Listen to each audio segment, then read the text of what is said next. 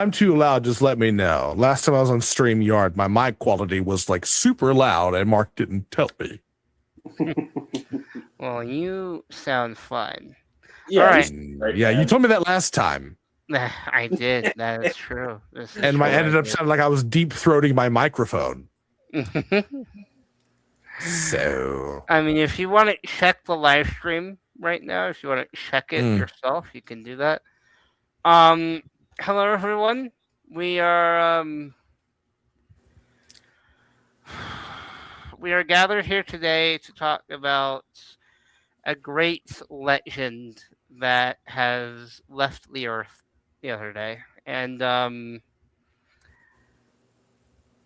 we would like to dedicate the stream to Peter Cullen, the voice of Optimus Prime, Ironhide, and so many other characters, not just in Transformers, but in a lot of other media.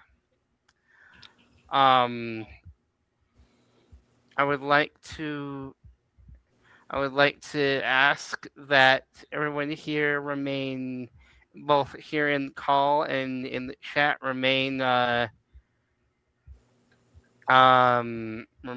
casual about, oh, not casual. God damn it.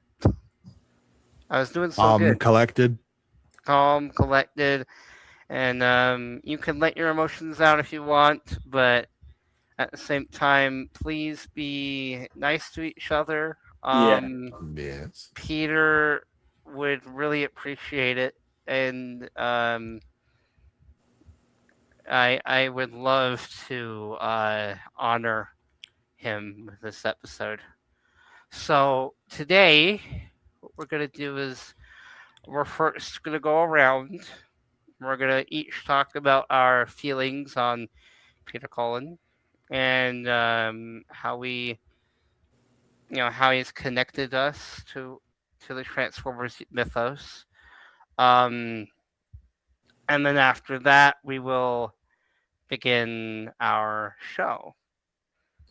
So first of all, Subpar VA is our special guest today. Would you like to introduce yourself? Not Subpar? Therimus? No, he was here first episode. He's a main host. Okay. I would still consider him to be the special guest here, but all right. He is special guest, yes, sure. Or the specialer guest. I would say special specialer. host. How about that? Yeah. What is the? Are you just saying like that I'm here? Is I think I missed I'm something. asking you to introduce yourself. Oh, hi. I am Subpar. I'm Mark's friend.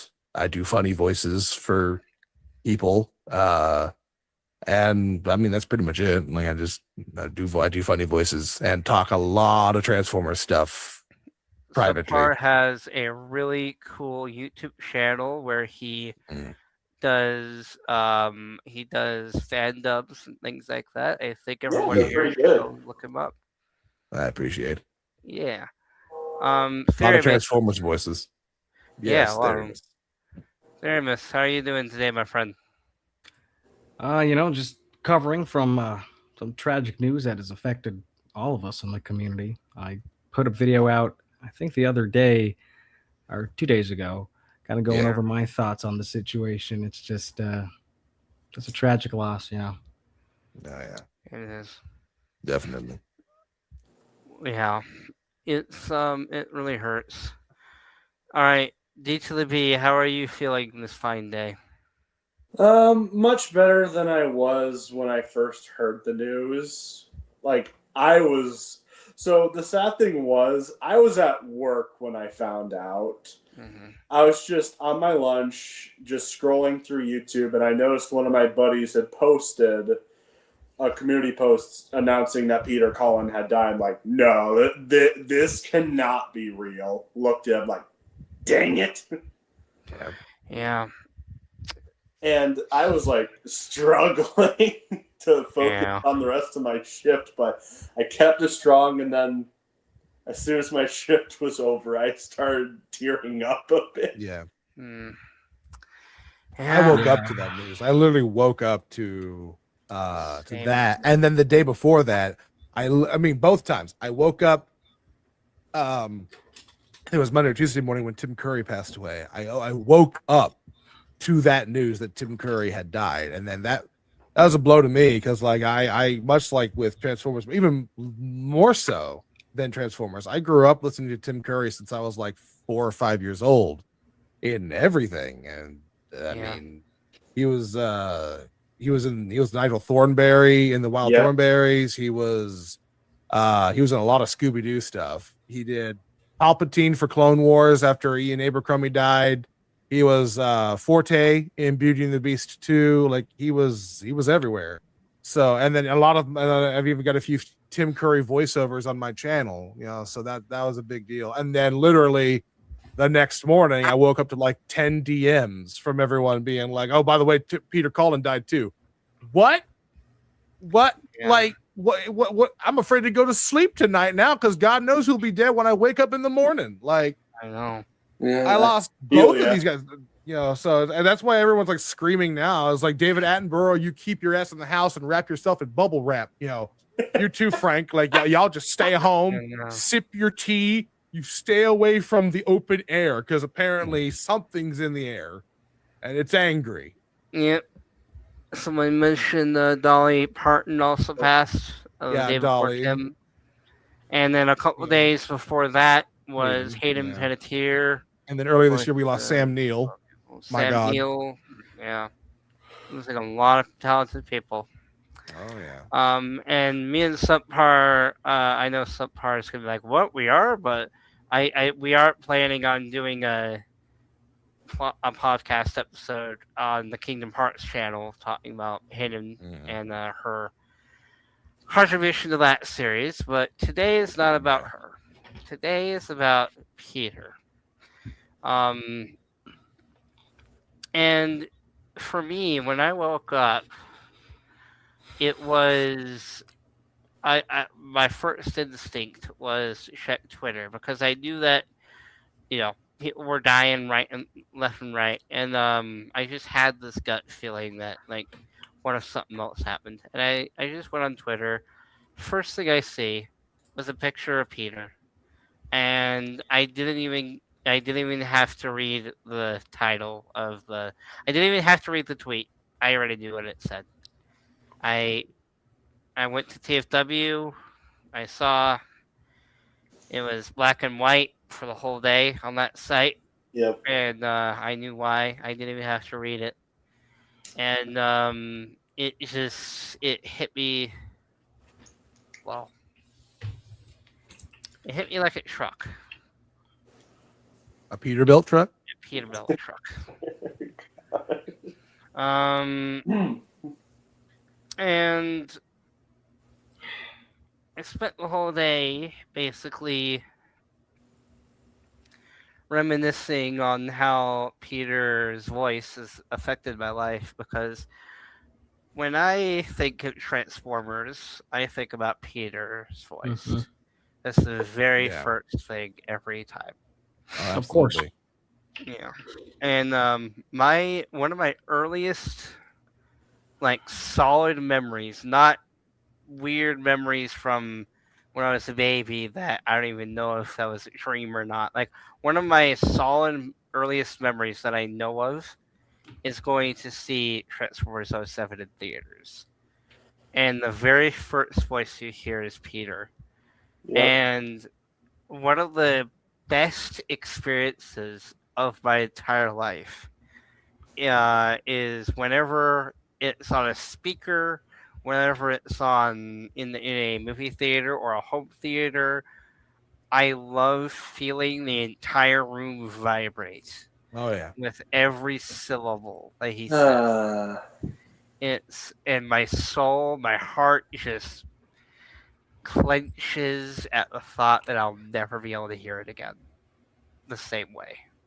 Because now I know that he is well, in a fictional sense, you could say he's one with the Allspark, but Yep. as a Christian, I say he is returned to God. Yep. And yeah, he has affected all of us. What about you guys? How do you feel about? I mean, 48 I think realistically, we all kind of anticipated that he wasn't going to be around much longer. Because with last year, him canceling, I think it was 4 conventions in a row over the course of like 3 or 4 months.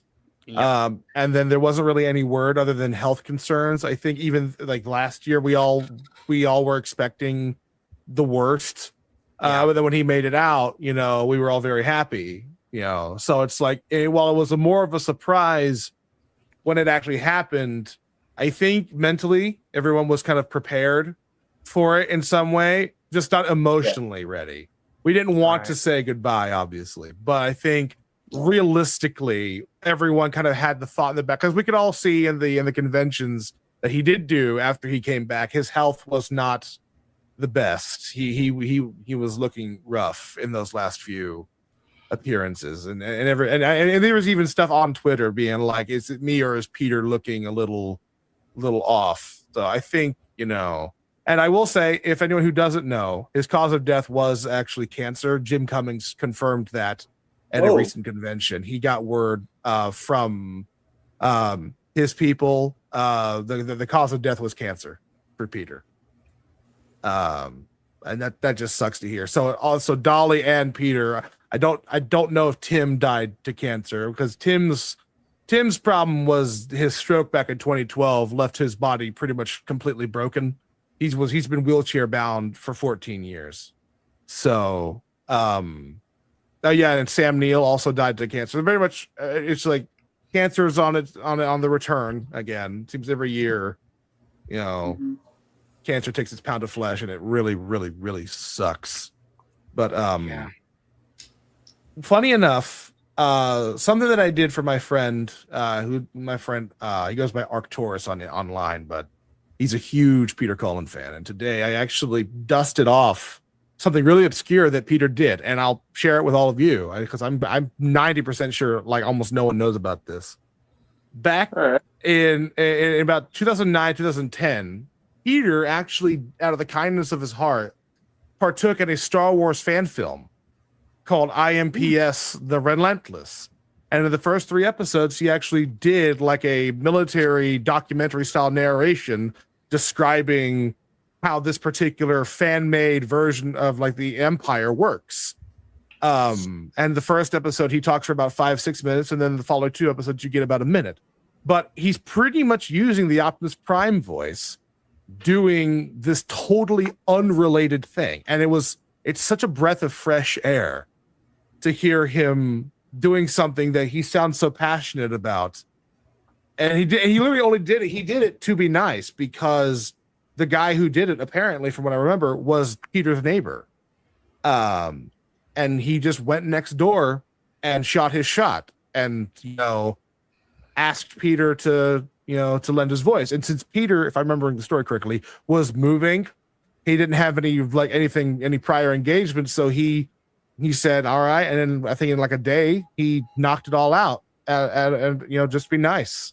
So it's just a nice little nugget to have. And it's really obscure. I hope people go and they find it, and it'll be just as much a surprise for them now as it was for me when I was 12 and stumbled across this little Star Wars video and got graced with the power of Cullen's voice in my little Skull Candy headphones.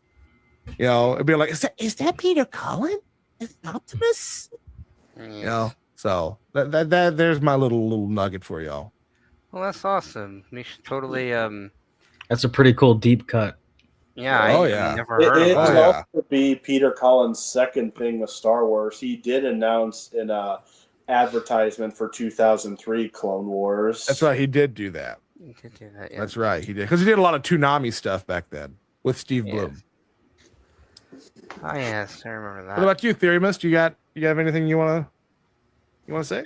Sure. Yeah. The way I learned about it, about his passing is actually Mark put a message in the chat. I'm on my way to work, right? It's like, I think I saw it at 8:02 on my way to work. I was in traffic, I'm like, no, that can't be real. So I go to the TFW, and then it's just I've never seen this the website black and white. Start tearing up like Same. Shit, man. Like, really? Yeah. And then that kind of set the rest of the work day. And I want to really make sure I made a video out that same day. Just laying my thoughts on the table because I was born in 03, right? So I'm a lot younger than all of you, I believe. And so you're only. I would say a lot younger. You're like 3 years younger, 3 or 4 years younger than me. You're like a year younger than me. I was born in 2002. Don't worry, Okay, so I'm not too unk far. status over here. But the point I was trying to get at is right. I grew up with Peter Cullen's Optimus Prime. I was introduced through the Bavers, watching the live action movies. Weren't we all? Yeah. You know what? I know because I have a couple friends who are my age that went through it through actually G1. So because their parents That's rare. So they've kind of got it through there. So I didn't want to assume, but just what an icon. It's like, oh yeah. In the video I made, it's like I kind of left a part of there. It's like they're gonna move forward, of course, but it's just from this point on, it's never gonna be the same. It never will be, and it never should be. It's like you can't replace Peter, and however they go forward with Optimus Prime, which they will. I hope whoever does it doesn't just do like a Peter Cullen impersonation and tries to do something that's their own spin on the character. Because I really think that's. I wouldn't say it would be disrespectful to do an impersonation. I don't think that would be right.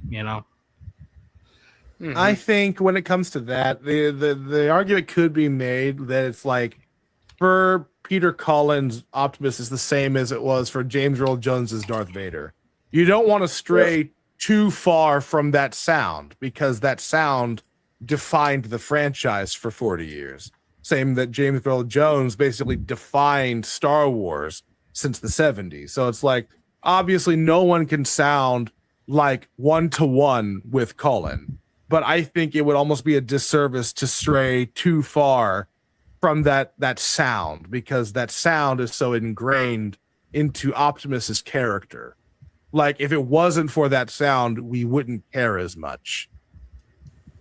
So it's like a song. It's like when a band,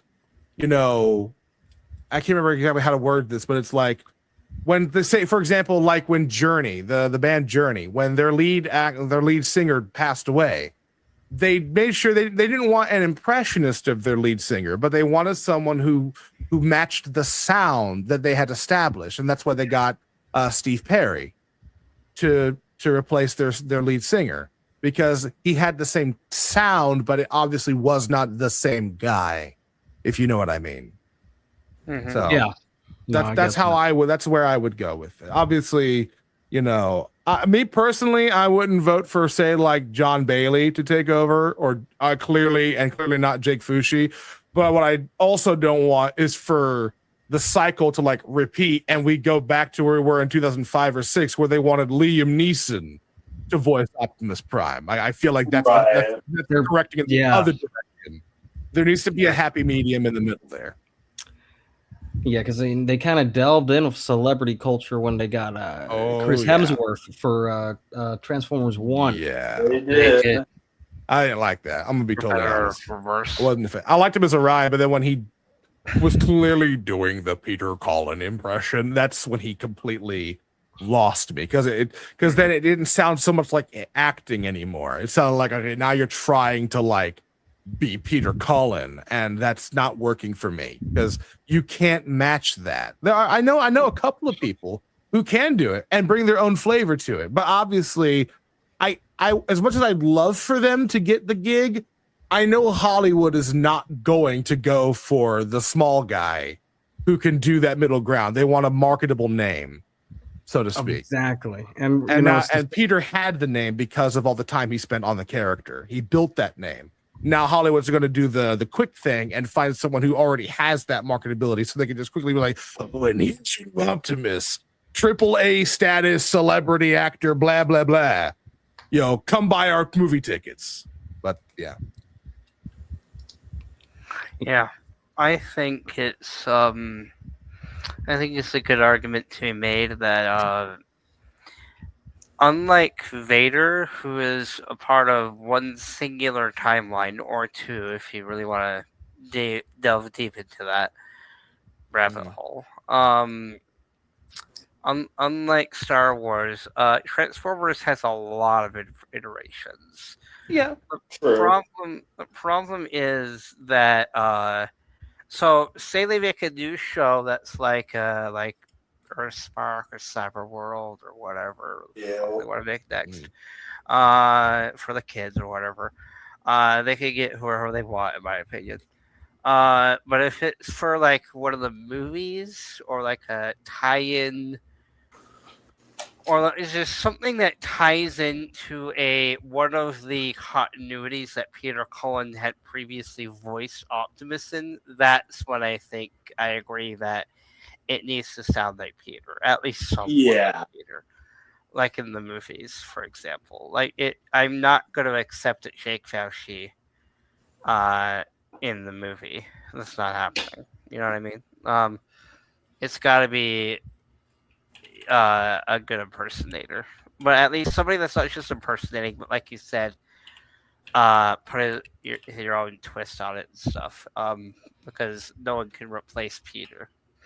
Well, it's like because voices are like music. You want the song to have the same sound as like you don't want to stray too far from the established brand of the band, so to speak. And you know, and for those who don't know, Jake Fushi is the voice from the Netflix series, the War for Cybertron Netflix series, and it's a travesty. And I will say it's like I can confidently say Hollywood isn't gonna. They can say they're gonna put a lot of thought into it, but I doubt it because of what they did to Peter during the Bumblebee movie. For those of you who don't know, that should have never happened. For the people that don't know, is that was during a period where they were trying to shaft a lot of the seasoned actors out of getting their full money payout because they're trying to penny pinch, and they got John Bailey in to do, and John Bailey just denies this, but from Peter's own mouth, this is how it played out. And John Bailey himself confirmed he was the scratch voice for Bumblebee. So he can deny it all he wants, but the evidence is there to the contrary. That they got John Bailey in there to do his impression and animated the whole movie with Optimus with that voice, and then told Peter to do a voice impression of John Bailey's impression and match his performance. So they didn't have to work hard and redo the animation to match whatever Peter's organic choices were going to be. They didn't want to pay him for so John Bailey did over a month of voiceover for this movie and got all that money. And Peter was forced to do a 1 to 2 hour ADR session impersonating somebody else's performance because they didn't want to pay him the money. So that's how I know from the corporate angle, they won't care enough to put that much time and energy into finding a quote unquote suitable replacement, because suitable is a subjective word. Right. Yeah. And that's fair. You know, the only reason we got Peter back for the 07 film was because of the fans. Oh yeah. Yeah. Those early forums and message boards on like Tumblr or MySpace that were all like, if you don't put Peter in this, we're not going to watch this movie. Yeah. And Michael was smart to be like, you know what? Let's look at this guy. Like, you know, maybe we should like look into this guy. You know? So, that's my gut feeling. Yeah, Michael Bay had a whole forum. I remember it was michaelbay.com. He had a whole forum, and that's where everybody was saying, "Yeah, please bring him back." And I'm glad he did. Yeah, he came back for about 10, 15 years until Hasbro forgot he existed again. After him again. Yeah, it was a great 10 to 15 years, though. It was an amazing 10 to 15 years. I wouldn't doubt it, Golf Studios. I wouldn't doubt it. Lorenzo is the cancer of the franchise right now. Yeah. I wouldn't doubt it. Yeah. Also, I agree with, I kind of agree with Zach when he said they might use AI, which kind of scares me a little bit. I doubt they'll go that far. There's too much public outcry about AI right now to do that hot on the heels of losing Peter. you will literally alienate everyone who actually cares about this franchise, because that is such disingenuous corporate greed right there, that we're not even going to put forth the effort to find a suitable voice. We're just going to digitally resurrect Peter and just pump out cookie cutter BS that won't have any heart or any soul, just so we can have our product, consume product type crap. Yep. Weren't they doing something like that? I'm not too hazy on the details, but there was some project where you could use the Peter Cullen's voice through AI TikTok. or some promo thing. Yeah, it was on TikTok. Peter actually recorded for that, because it was used to promote Rise of the Beast, where you could have like Peter. It was the same thing they did with they did the same thing with Roger L. Jackson for the 2022 Scream reboot, where they had Roger L. Jackson record lines as Ghostface for the TikTok AI. Now that's gone now. They haven't done that in like 4 or 5 years. It was just a marketing stunt. But even then, if you actually listened to the AI, that's where the I'm going to turn into a truck now, kicker, that really bad AI Peter voice. That's what that's from. So even it's from the TikTok AI. People be like, I'm going to turn into a truck now. Like, it's from that.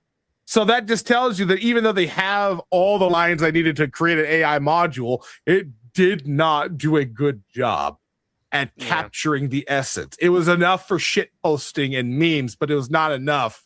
It is not enough. And even now with Disney's engines for like AI, like what they did with the Mark Hamill AI voice for the Book of Boba Fett, it sounds fine at best, but it's clearly missing the soul that gives those lines meaning. So it's like, it looks good, but then when you look a little deeper, or you run your finger along it, it's not quite as intact as you would like. It's not.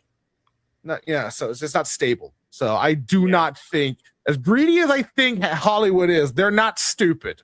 And well, they're stupid, but they're not like that. That's like brain dead. That's almost completely brain dead to go straight to AI, hot off losing him. Before we move on, I do kind of want to point something out real quick. A small little debunk. Galvatron Studios mentioned earlier that they didn't use the Vader AI voice. They actually did. They used it for the Obi-Wan in Fortnite show. Yeah. Oh yeah, Fortnite. No, hold on. I'm gonna debunk your debunk just a little there. That was not a completely AI voice. What they did was they did have James Earl Jones record for that show. They used AI to make him sound younger. They used it to make him fit the A New Hope's and Empire Strikes Back style of the voice, because if you go back and you watch what he sounded like in Rogue One and Rebels, he clearly sounded aged and tired. So they had him do the acting for it. That was not a completely AI performance. The Fortnite thing, on the other hand, was completely AI. Yeah. That's where the AI went. They only used AI to make him sound younger for the Kenobi series. Interesting. And that was with James Earl Jones' position, so I'm cool with it.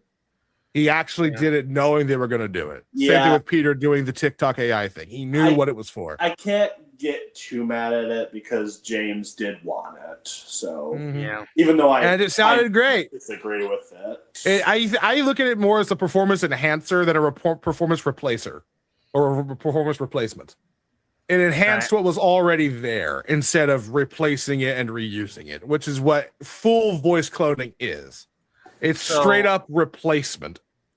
I am going to use this as a good way to segue into the first minor topic we're going to bring up before we get into our tier lists. So, do you guys remember the 40th anniversary? Yes. Had this. They decided, this was before Peter died, for those of you at home that don't know.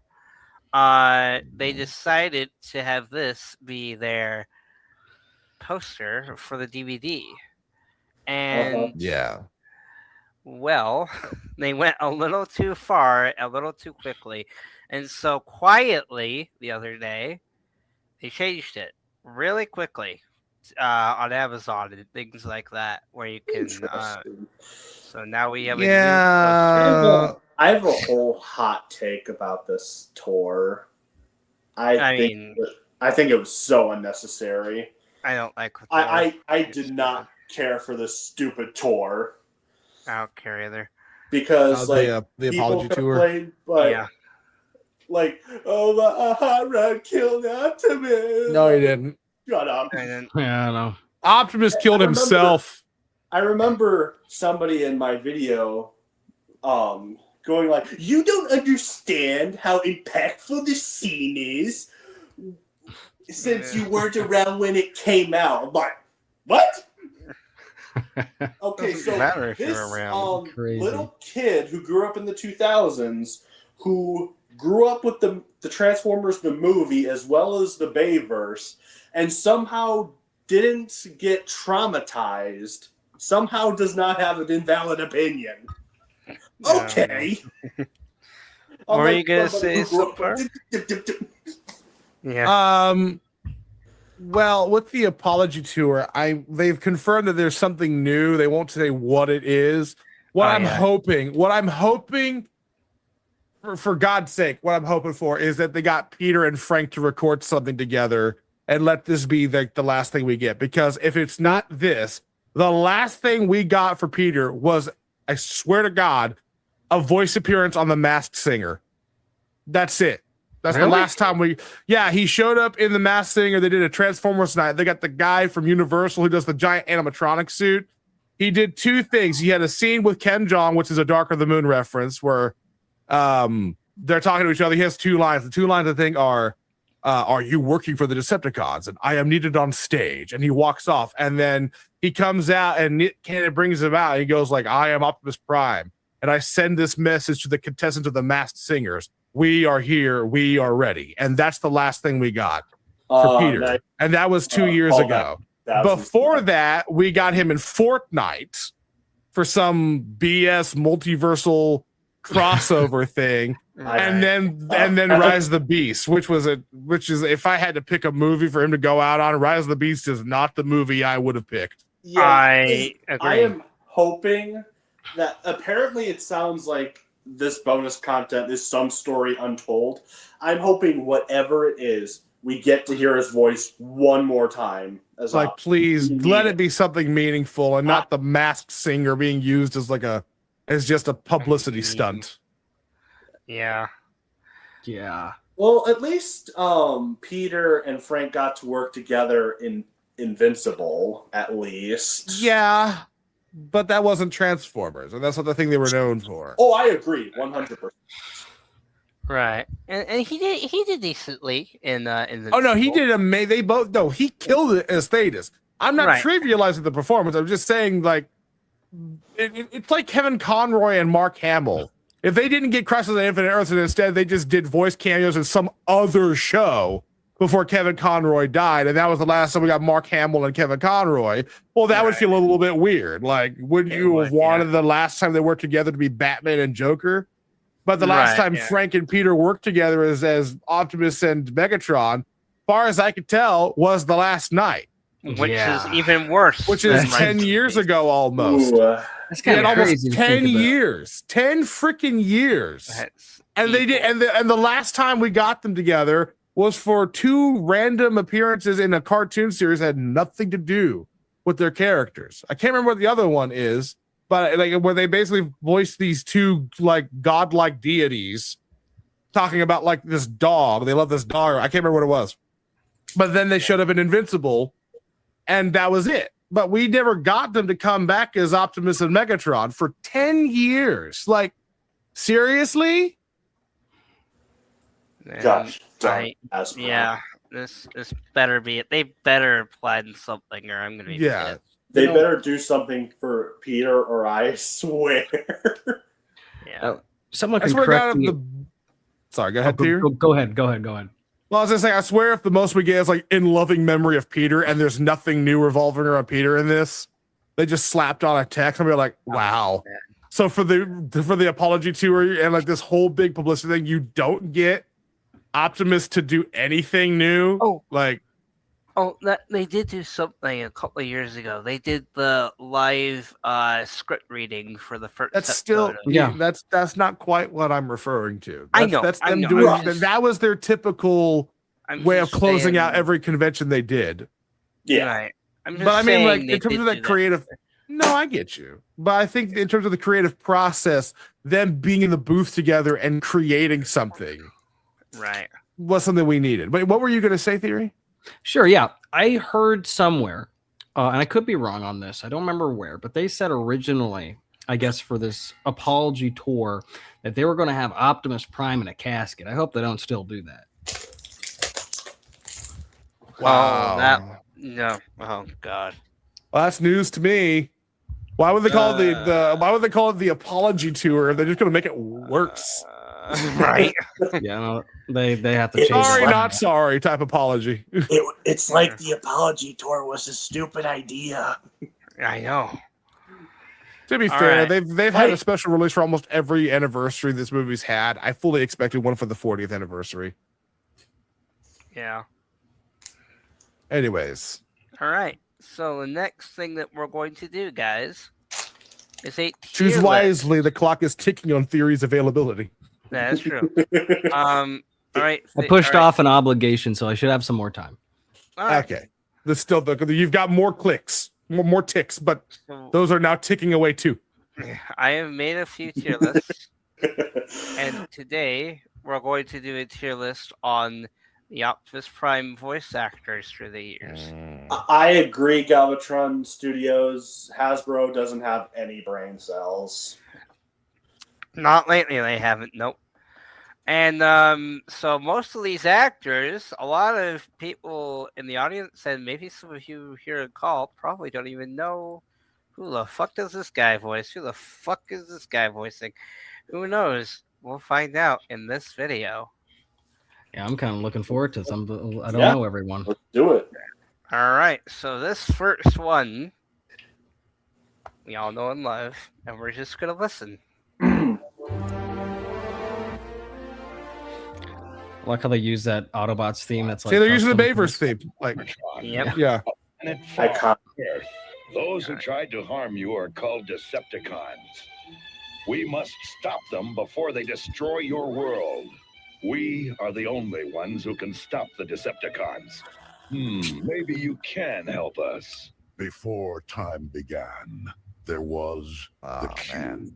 There it We is. know not where it comes from, only that it holds the power to create worlds. For Cybertron Trilogy games, no, he's including Rise of the Beast, not Rise of the Beast, Rise of the Dark Spark. Anyway, continue. And fill them with life. That is how I like how he like just doesn't use the clips from the perspective shows. I know. I mean, I'm a little glad because then I won't get hit, we won't get hit by a copyright strike. Hopefully, that's part of why I I mean, chose you this shouldn't. video. Yeah, hopefully. great not. power. Some wanted it for good, others for evil. And so began war. A war that ravaged our planet until it was consumed by death. And the cube was lost to the far reaches of space. We scattered across the galaxy. Man, the 2010s were a very prosperous time for him. Yeah, they were. Every star, every The world. world. And just when all hope seemed lost, message of a new discovery drew us to an unknown planet called Earth. Calling all Autobots! Calling all Autobots! Fortnite 2018? Is that accurate? Yeah. Uh, All right. So before we get to Orion Pack, Oh, that's Orion's actor. Now that makes sense. yeah, he goes in the highest tier. Yep, he goes in S. Dude, I he don't needs to be in like S plus. You know what? What Galvatron said, he goes in prime tier. You know what? Yep, you know what he does. He does, yes. Let's do exactly that. You know, I wonder if this list has a deep cut with the voice actor who did him in that Sega arcade game. Yep, that's this guy right here. That's yeah, yeah. All right, there you go. He's in SSS. All right, but I made all three of these, by the way. So You guys can critique or praise however you wish. They All freaking right. suck, Mark. You should stick to your day job. Hi, Eric. That's right. Cry for me.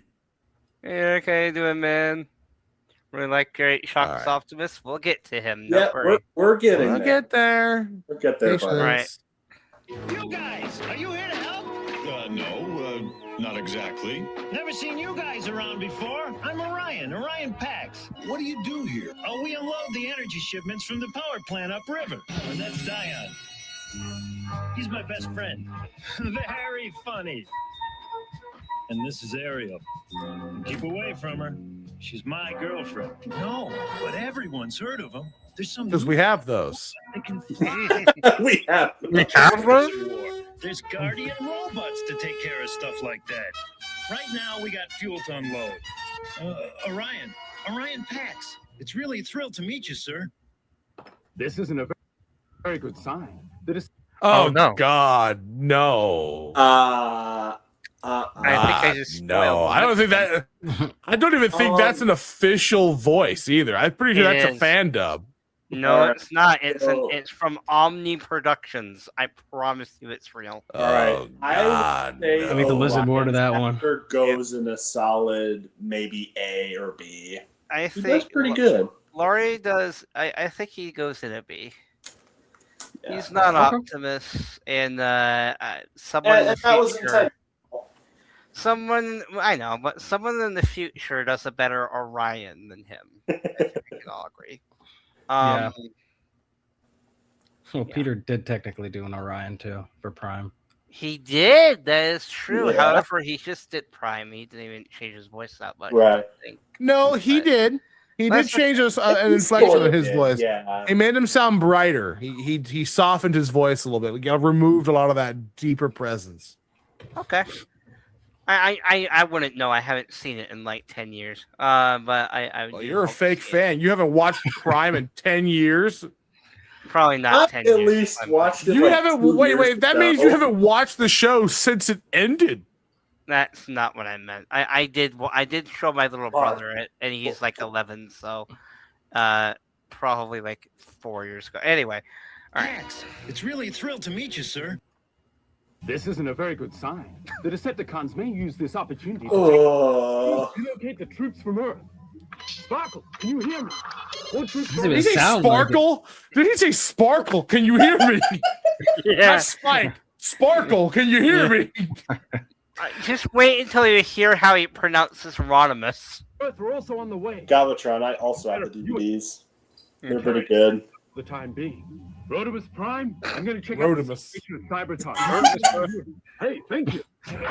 Hey, thank you. I can feel the heat. That's the way to go, Rodimus. Feel the heat. Prime. There's too much left to do. Only Rodimus Prime. Let me take care of the Sigma computer. What? The Sigma computer. The secret computer should have Vector Sigma. The secret computer. Oh my god. Oh. You've got to live up to my expectations. Don't let me down. In the name of truth, don't give up. Optimus has died, and he goes, "You're gonna live up to my expectations. Don't suck." No, suck, man. Don't let me down. I think we got our Fair first mind, at date this here, point, guys. Rodimus Yeah, has been I a prime agree. for years at this rate. Yeah. Oh, that was rough. That was. Oh, it can get worse. Oh, trust me, it does. It does? Yes. Oh, shoot. There is at least one. Well, if I That we is all worse. know. We'll Yeah, get all to right. that. And they look like they're brothers. They do. They do. All right, let's get to one of my personal hot take favorites, but here we go. Autobots, we must stop Megatron. Not a hot take. They're technically okay. They're Hallucinated from Technically, whatever. this position. Search the I area. don't care. We'll track it from HQ. Roll out. Long Arm will accompany you as your partner in the field. You can power link with Long Arm, giving you enhanced combat capabilities for a limited period. Be careful. He will absorb your energon when he is combined with you. We've detected a concentration of minicon signals some I distance wonder from why you. they're using the video game lines here. Long time coming. I know, Galvatron right? knows it, and I know it. Probably because it's like there's not loud music overhead or whatever. Who knows? And when I it suppose. But okay, so Gary, I think because we made a SSS tier, and not that many people are going higher than A here, I think we should put him in S. What do you guys think? I actually agree. I can agree with that. Yes. If it was just S, then yeah, he would have just went an A. Right, 'cause I love Gary. He's a great actor. He's a decent Optimus Prime. Still prefer him as Primal, but I do too. I think you we did all. a good job with Prime. They should have brought him back for Rise of the Beasts. They really should have, I and know, now we'll I never was get that. Yes, they should I have. was so mad. Yeah, I love And how also, the sad fact of Peter passing away, we still haven't gotten get together with Peter Cullen and Gary Chalk. And we never will now. But yeah, don't- both the Megatrons do? What the heck, man? I know, it's terrible. All right. Take it easy, Koji. I suppose I should introduce myself. My name is Optimus Prime. I'm an Autobot from the planet Cybertron. That's right. Now we've got no time to lose. We've got to get to your father as quickly as possible. What you are about to see cannot be shared with anyone. This is the global space bridge. It uses transwarp technology to get us any place on Earth in a matter of minutes. The space bridge uses an auto-sensor interlink, which opens the portals we need and closes the ones we've just passed through. It keeps track of our location anywhere on the planet. Now, let's go rescue your father. It's true. We are two different races of robots from a planet many light years from Earth. Yeah, I'm not a fan. I'm in a bit of a kerfuffle right now because Neil and I know each other. He is a friend of mine on Facebook. He might see this. And Neil, I love you, bro. You're awesome. And I love you platonically. I'd say a solid B. You're no Peter. Nobody is, to be fair, but yeah. Well, I wouldn't even you're say not comparing them to. I wouldn't say comparing him to Peter is fair. It's just for me personally, he just doesn't fit what I think of when I think of Optimus. Gary is a lot closer to that than Neil. Right. I love Neil in other roles like Tychus and StarCraft and shit like that. But yeah, as Optimus, I mean, he is the first one to do Optimus after Peter in a American show. So he got props for that. He did say that he was inspired by Peter, his voice. And I would like to have him on a future podcast in this podcast and talk to him about his time as Optimus. But yeah, we're gonna put you in B, just because we are in mourning right now. We're not thinking about objectively right now. Neil, sorry. Anyway, okay, let's hear what I think is the worst of them. My sensors are detecting a nasty presence. Oh, There's something. Now it makes sense. This is my first time on this planet, but I can feel something that I haven't felt It doesn't anywhere work else. for a different character. A mysterious Right. UFO. The disappearance of the investigation team. Am I correctly saying? I'm pretty sure this guy voices what, like 6 characters in this game? Yeah, there's like only 8 or 9 voice actors in total in this game, and they all voice like 80 different people each. It's crazy. Loss of control over the ship. Perhaps none of these are coincidence. Good idea. We've got to find our teammates and figure out the truth behind all of this. No mistake about it. It's an SOS signal. Okay. That goes in D. Mm-hmm. Yeah. I don't think anybody's gonna argue with that. Nope. Greetings, young humans of Black River Elementary School. I am Optimus Prime of the planet Cybertron. I am extremely honored to be invited to speak at your school's career day. Actually, I was hoping we could save all the questions for the end. Well, it sort of gets tucked in. And anyway, it's not important. Well, It's kind of weird out of context, but okay. Our optical units are made up of a network of visual sensors connected. Well, I wasn't planning on. Oh boy. For a massive villain voice, Eric, I actually agree with that too. Yeah, I love his Megatron. I'm debating B or A. I really do like his animated voice. I put him in B. And we're not gonna. I don't think we're getting any higher than B, boys. Most of these, but we'll B tier see. though. I don't know. I think A. I think A as well. What do you think, Subpar? I have my own tier list over here. I'll just share mine at the end, and then y'all can judge me for it. Bro, All right, I'm gonna put him in A just to be nice. How about that? All right. All right, Ron Hayden, what you got? A pity they cannot yet convert their fossil fuels to energon, as we did on Cybertron. Sounds like a robot chicken one. Civilization.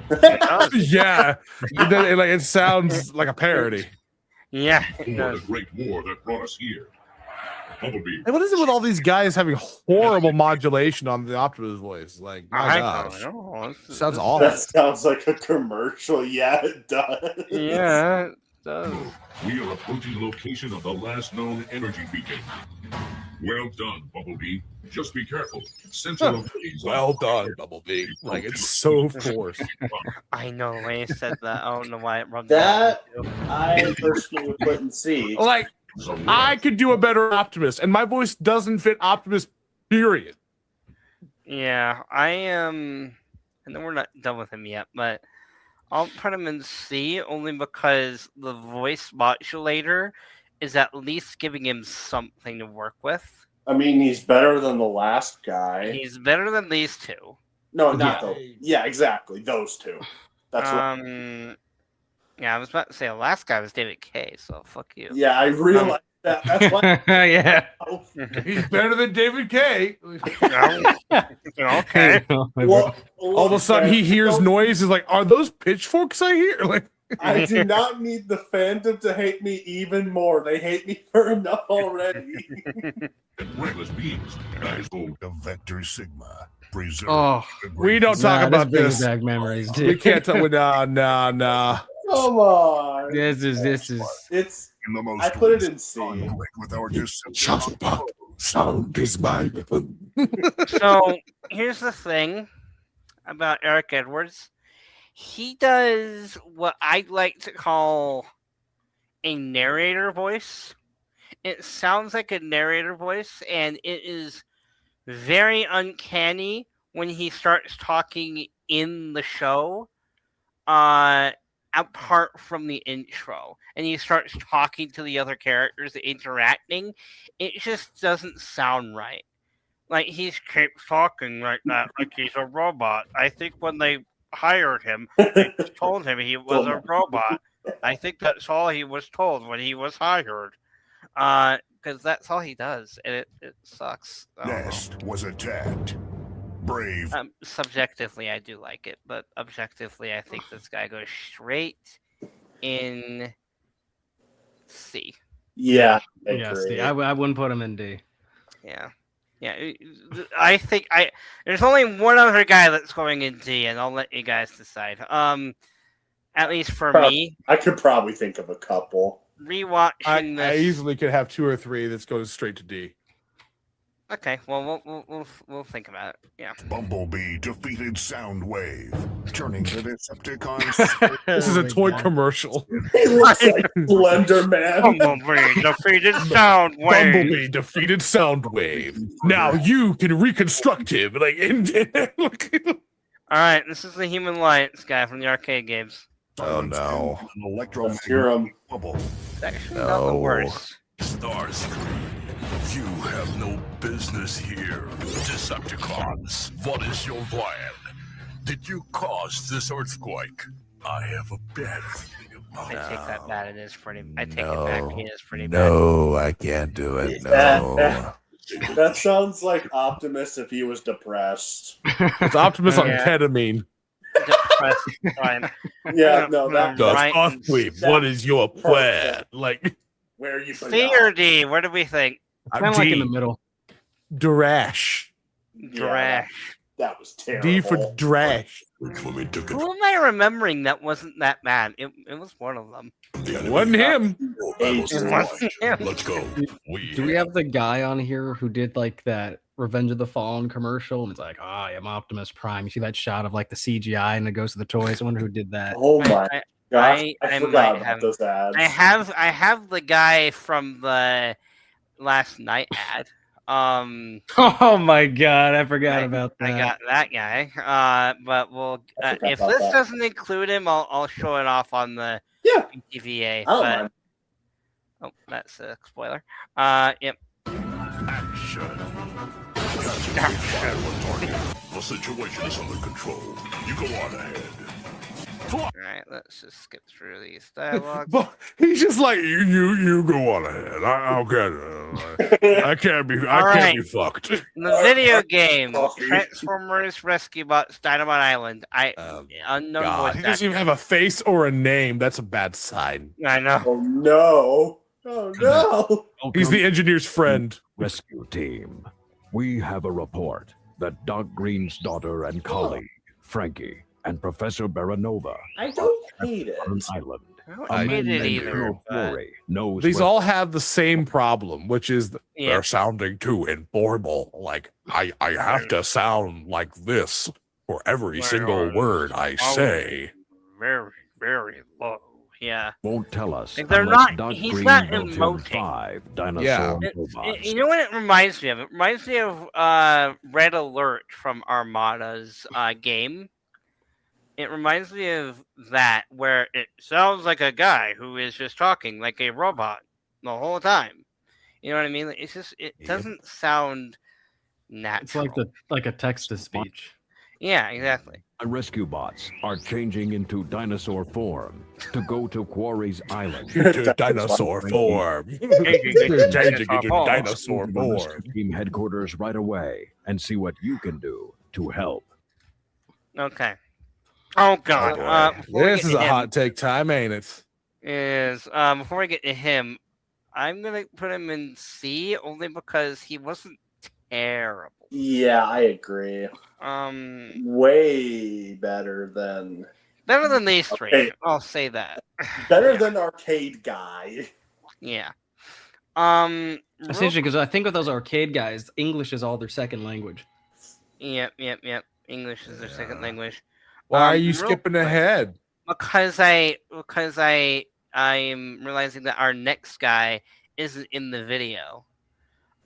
This guy right here, Pete Gustin, who does him in the Direct Line commercial.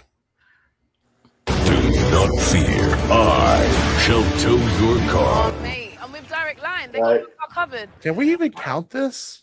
Maybe you should take some time off. Might as well. Road trip. And so, here I am, little hitchhiker, taking some time off. What is this? Ah, that was fun, but I must return. That's a The person, elf- please. Why does he sound Mark. slightly British? I Oh feel like my I feel like you're waterboarding my ears. I vote D. Yeah, that was. I think the guy from the Revenge of the Fallen commercial is better. I agree. 100%. I agree. There, little hitchhiker. There. It sounds more like Ironhide. Like I if it know. was Ironhide, it'd make way more sense. I'm here to tow your car. Oh yeah. Never mind. That's the Candy Oh, Crush. shucks, Prime. The ram shut down. I had to help. Oh, that's one that I This is didn't what even. it's like. And this I didn't little even listen hitchhiker to is that what it's one like to drive a Ford. Most of these I've heard before. That one I hadn't heard before. So it's not my Okay, mom. here we go. I'm bracing for this one. I'm All right, bracing for this I one. have a hot take for this guy. I have a very hot take. All right. Wade, you were a long way from Caminus. I received a video feed from Computron. I have been tracking you since you arrived here on. You were never like this before. What is your excuse for becoming a killer? Perhaps I will not stand by and watch you murder a council official.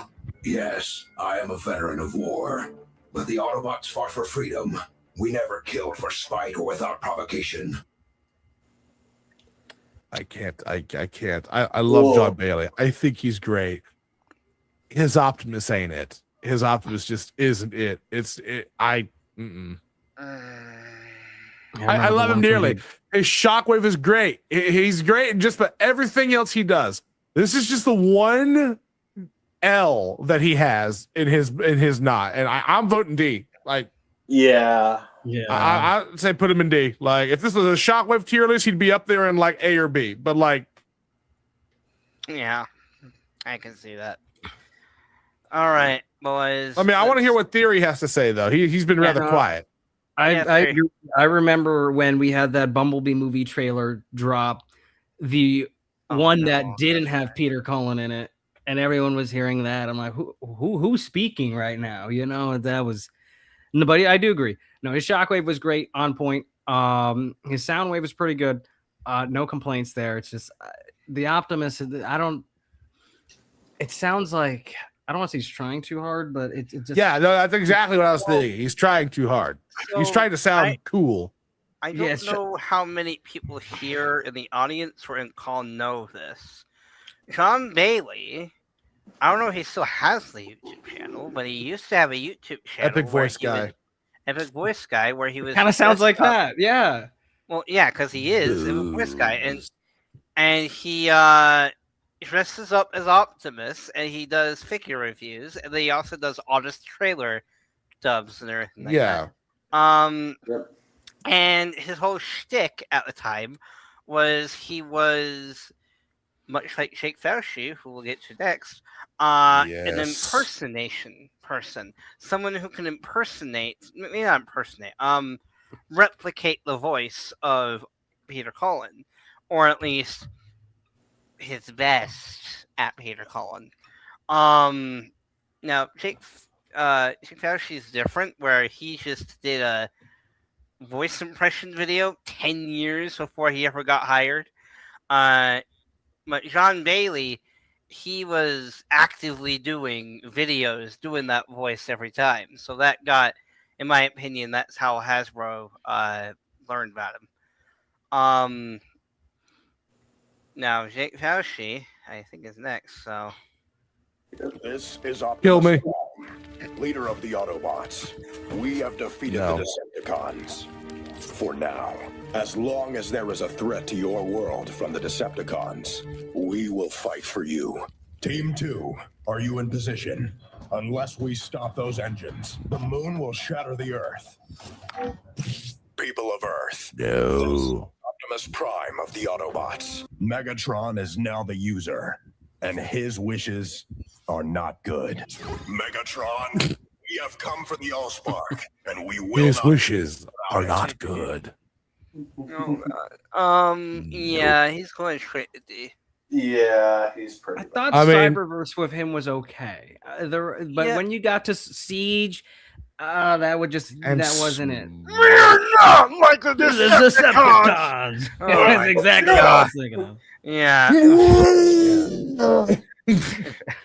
Tell me you forgive me! There are so many cringe moments. We are not the Decepticons. That's that requoted. Christ. Oh my God. Forgive me. But yeah, that was terrible. All right, let's do the next guy. Very impressive, hotshot. No wonder every league on Cybertron is trying to recruit you. Perhaps another Go time. back. I am Go here back. with a greater mission. What? It's worse. Go back. The ranks of the rescue bots. But is he in the tier list? Because I don't see his picture. Yep, he is in the tier. I found a picture of him. That's why he's in the tier list. Good. Now I can do this. I put him in. I don't know if he was a D. I thought he was okay. Like, I'm not great, but I don't think he was as bad as the other ones. He's definitely not terrible. He's doing his best. I guess, but it sounds like he's got something in his throat that he needs to cough out or something. You know what I mean? That design gives me nightmares from Eric. Yeah, I agree. That is the worst Optimus Prime design. We'll get there. We'll get there. If Theremis has time. But yeah, okay. So let's show the next guy. Skill on the court may give you fame, you're a hero. but what I am offering will make you a hero. The Rescue Bot Training Academy has chosen. I'm gonna get some serious shit for this one. Class. There is a place All right. for you there. I know what's coming. You to surrender. Yeah. War is It's Dutch, dude. I know it. No. Dutch from Dark in the Moon. That he's great as Dutch. He's also Wash from Firefly. I love Alan Tudyk. Yeah. This doesn't work for me at all. Nope. Yeah, no. Not at the moment. It fundamentally doesn't work for me. I don't hate the concept of him voicing a Transformer, but not at all. Yeah, it's like weird. No, it's like him Weird as Al. Perceptor would go so hard. Him as Perceptor would slap so hard. It's like weird. It's like Weird Al doing Cosmos or Rekgar. Like that's a good fit for Weird Al, not for Optimus Prime. It's the same deal with Alan Tudyk, where like it just doesn't fit. It cast the wrong guy. Yeah, you're going to D as well, buddy. Sorry, Dutch. No, let Theory vote, man. I think I didn't watch too much of Cyberverse, but if we're talking about as an Optimus Prime, yeah, or Earthspark, I would agree. It was an interesting take on the character. I didn't hate it. I wouldn't say it was cringeworthy. I thought for what I saw, it was okay. But if we're being objective as, how an Optimus Prime should sound, no, not it. Right. Yeah. At least next three are going to be All right. all over the Let's place. hear 'em. So, I've never seen technology like it. cares?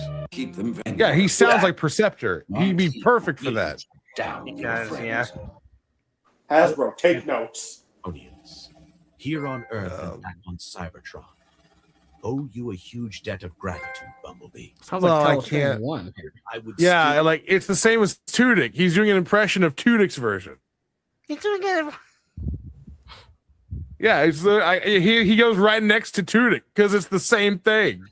Yeah, pretty much. We've put Tudyk in C just so that he could be lower. Just kidding. I'm kidding. He's lower Like, anyway. it's the same thing.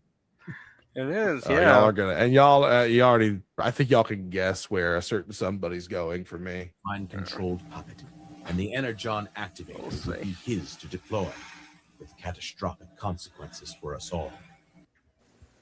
All right, Galactic Trials. Oh, Okay, here we go. why'd you skip Galactic Trial? Oh, it's the same voice. Never mind. Yeah, it's the same guy. The Sentinel told us he was going to the surface, and then we found this message. We figured that we could hand deliver it to him or scout the locations ourselves, whichever comes first. This was too important to wait. It will change all of our lives. We were given the power to change our world, and you chose to destroy it. Just like Sentinel, you have betrayed Cybertron and its citizens. Wait, it says citizens. It sounds like you need some bonus It- notes. Yeah, you betrayed me. Go. So The thing. I don't. I don't won't put him in D. I'm not putting him in D. I unless everyone here wants him in D, but I personally would put him in B or C. I can't abide by him being in B. Me personally. Alright. I couldn't. A would be if we're doing only Orion packs, but we have to account for his Optimus impression. And that's where I fundamentally, strongly dislike him. Exactly. Because it's clearly like the world's worst Peter Cullen impression. They Like- should have just got Peter Cullen as soon They as should have, but they didn't. Because they're cheap. By the way, they can afford Chris Hemsworth, but not Peter. I think it just should have just stuck with the same voice. It would have been better. Even though Oh, Peter yeah. has been somewhat cheaper than Chris Hemsworth, Yeah. What do you? Okay, so are we in an agreement that it's C? Yeah, I'd say C. I can compromise with C. Okay. I think compromise. I had him in D, but like when you really weigh him against all the other guys, it's like right. He's got to be above. it's not the He's got to be worst. above this but- guy, this guy, this Yes. guy. All of you in D tier. Right. Everyone moves to D. Speaking of D tier, the last one isn't in this video. The last one, we're gonna have to watch a tiny bit of Cyberworld. Oh, God! Why? Why? I'm sorry, just 10 seconds of it, And okay? before I hop off, see Oh God! Ow! And you chose the worst line of dialogue. Come on! Where? It's the only one that I can find where it's just him talking, okay? Where am I? Surface terrain appears to be bioorganic. This is certainly not Cybertron.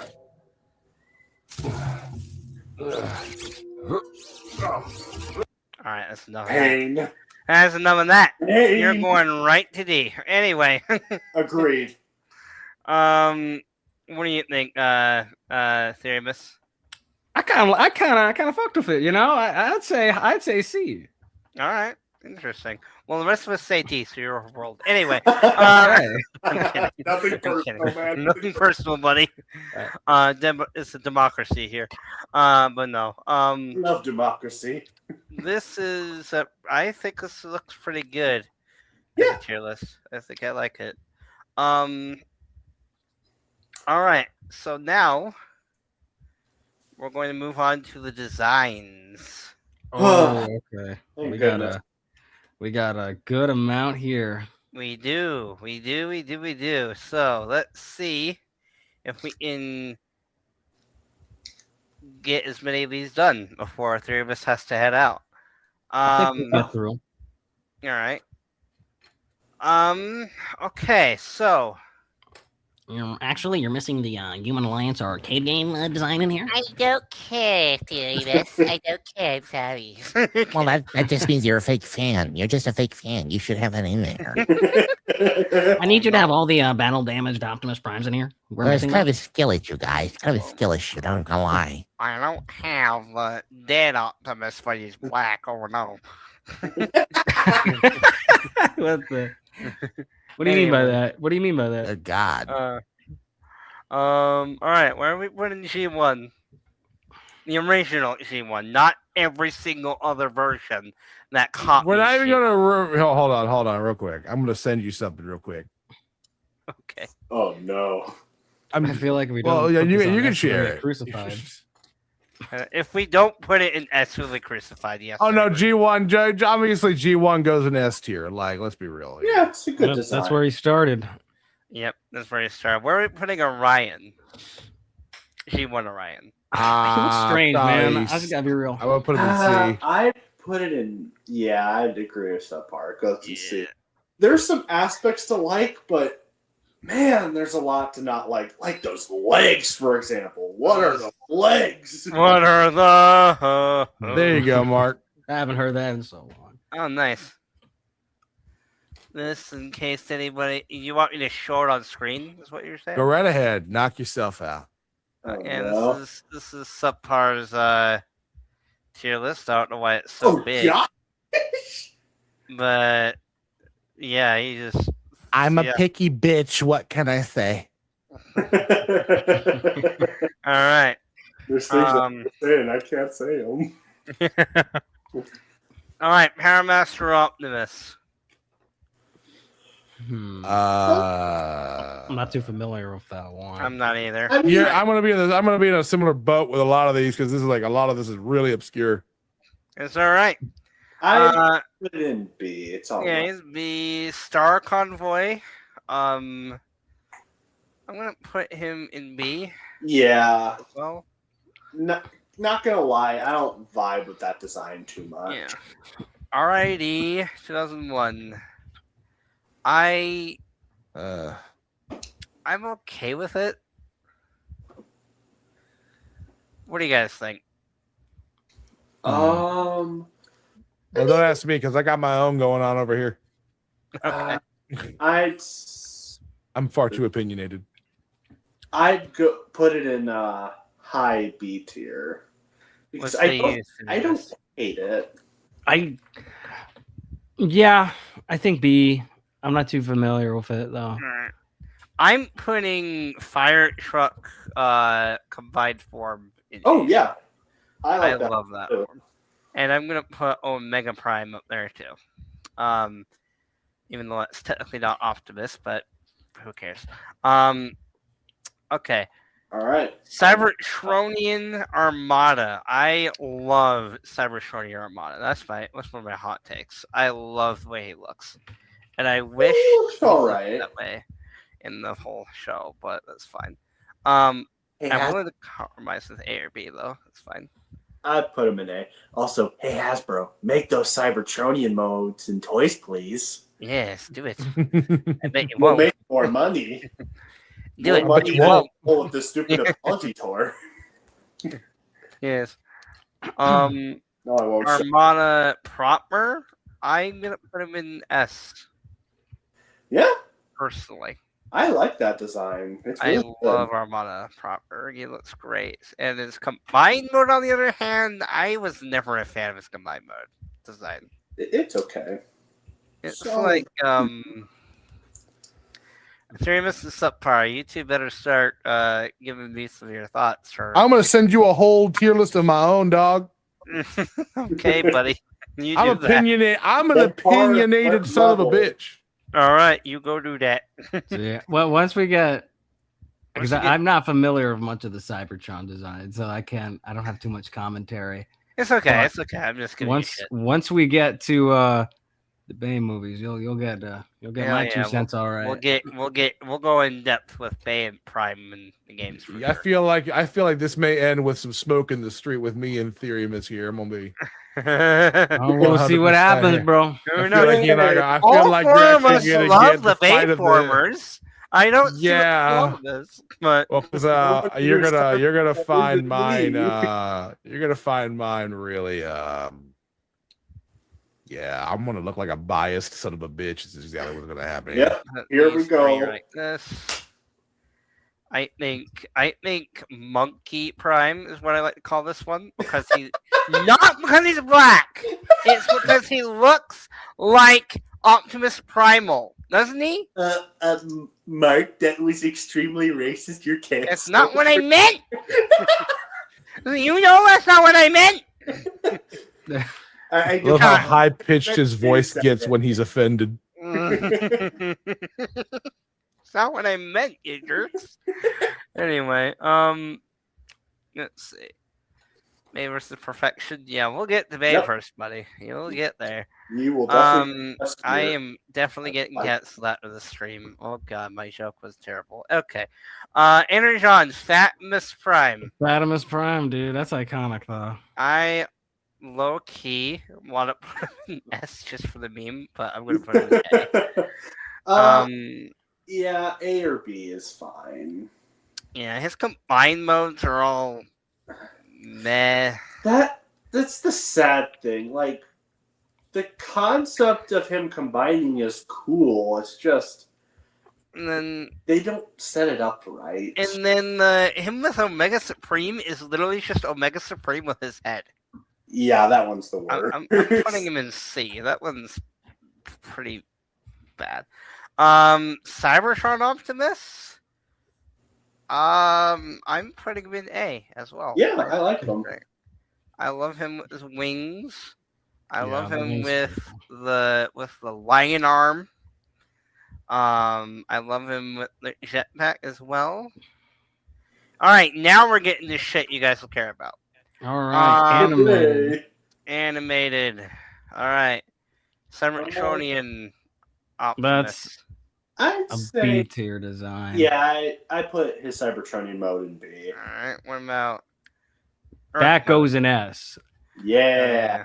I would also advocate for the same with his jetpack form. Oh hell yeah! It's just him with the jetpack. Yeah.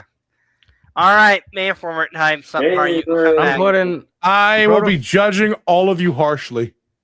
Okay. Oh dear, I'm dead. Listen. This guy goes in D.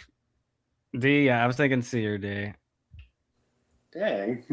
He literally is just like okay.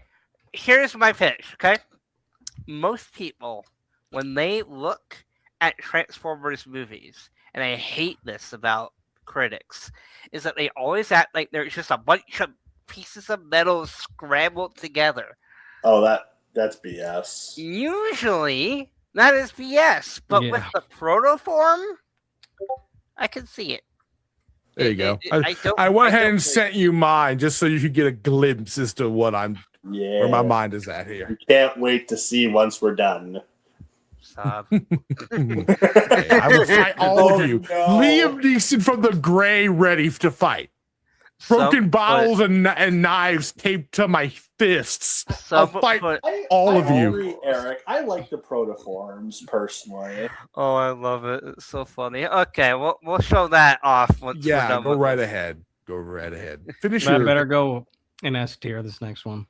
Oh, no compromises. It is not going. No compromises. Jetpack Optimus, hell yeah. S tier. Dark of the Moon, S tier. Dark of the Moon, Jetpack, S tier. This one. Evasion mode, might as well. It's the same design. It's just. Yeah. Yep. Oh boy, here we go. This is where I will. This is where things get interesting. I'm not a fan of this design, and I've grown on it over the years. But Peterbilt Prime, he can't touch Peterbilt. He doesn't look like he turns into anything. That's the problem. Yep.